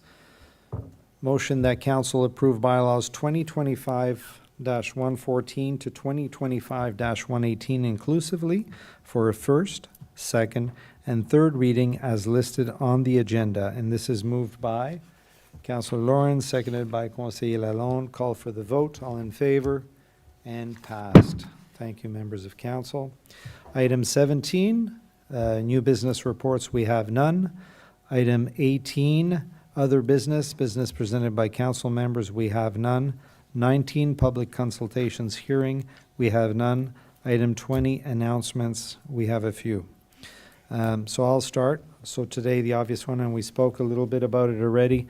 So the visit by Premier Ford and Minister Lumsden and MPP Sarrazin, along with all the mayors of the United Counties of Prescott-Russell, for our major announcement. This is the largest grant as of this week ever received for our township. So fantastic. And again, kudos to everyone that was involved in that. We held the Hazardous Waste Day last Saturday, Monsieur Bourgon. Yes, so last Saturday we had 450 cars that went through the municipal garage. Fantastic. I want to thank everyone on the team that worked on the Saturday. And I've heard really good things about it. As always, it's a great day for our community. So thank you so much to everyone on your team. Next point, last week I attended the launch of the CS DCEO strategic plan, so le Conseil scolaire de District catholique de l'Est ontarien. Very interesting discussion on their strategic plan, so it has an impact on our community. Very well thought out, some great commentary that happened on that. On the 9th of September, I had the opportunity to attend a tour of the watershed with South Nation Conservation. It was extremely educational, and as a board member on South Nation Conservation, I did ask that moving forward that we should have an invitation to council members that haven't had an opportunity to attend. I think being able to see the watershed and all the properties that South Nation Conservation oversees, I think is extremely educational, important for us to understand as well. So I think they're going to be working on that for next year, and I encourage council members and staff to attend if you have the chance. On the 14th, I attended, and I know multiple council members attended the Terry Fox Run Walk. I believe this year we had the committee had a record year for fundraising, so congratulations to everyone on that team. The volunteers that do this are phenomenal. I see the same people every year organizing this, driving this through, and again, this year was a fantastic year. We had great weather for it, so congratulations. A reminder to all our community is that on September 25th, 2025 marks the 50th year of the Franco-Ontario flag. So over 600,000 residents in Ontario consider themselves Franco-Ontarian. This year you can expect a large gathering on Thursday. It's called a tête à mort, so it's like a celebration, and with all the schools joining for a walk. So we're going to be picking up students through the walk, going all the way up to au Monument de la Francophonie. Alors, c'est une célébration. J'encourage tout le monde à participer encore une fois. C'est le 25 et ça va être dans l'après-midi. Je pense qu'on a un mémo. We have an announcement on our website on that. Very important event for this community. So I encourage everyone to do that. I have one more to do, but perhaps Councillor Deacon will want to speak to that. I was able to attend a picture taking with the Caisse Populaire for a grant for the library. We had talked about the grant already, I know, but I want to applaud again the library board for the work in getting Caisse Populaire involved. France, your team as well.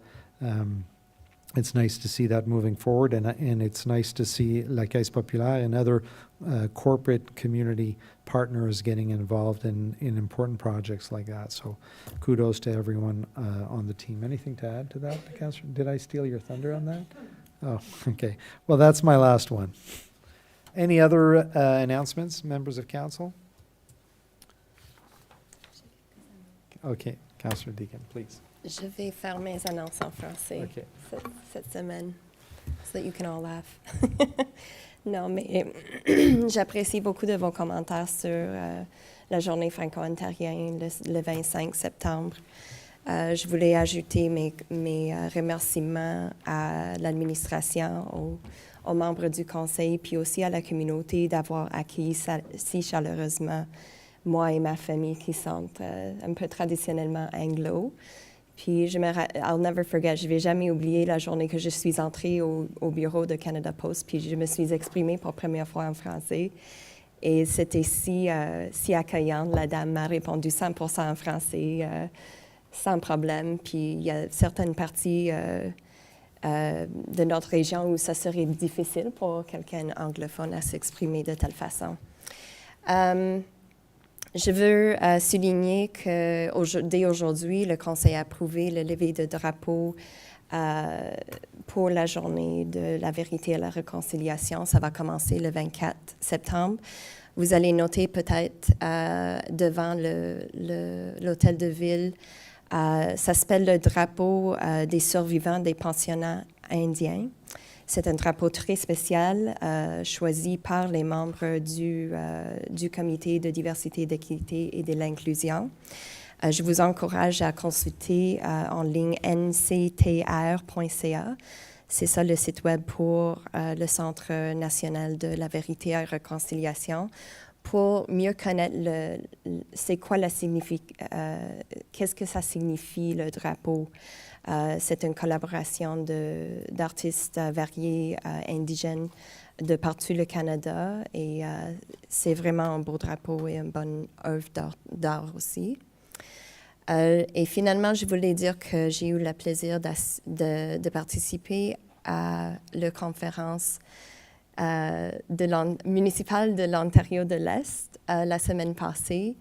J'ai assisté à une session, une mise à jour sur les lois municipaux, l'intelligence artificielle et les données, l'héritage, le patrimoine et le logement abordable. J'étais très contente de voir beaucoup de membres, même membres élus de partout la région, en faisant de réseautage avec eux autres, puis aussi de voir des membres de l'administration là. Il y a toujours des options de choisir les sessions, puis la plupart, je me suis assise, puis j'ai vu directement les membres de l'administration aussi ayant choisi la même session. Ça m'indique un peu que nous sommes bien alignés sur les priorités de nos cantons et les priorités selon le plan stratégique. Alors, je voulais juste ajouter ça. Merci. Formidable. Et si je peux faire le commentaire, votre français est fantastique. Bravo. OK, merci. Alors, on tombe à l'item 21, discussion stratégique, on n'en a pas en ce moment. 22, session à huis clos, on n'en a pas ce soir. Alors, ça nous amène au l'item 23, confirming bylaw.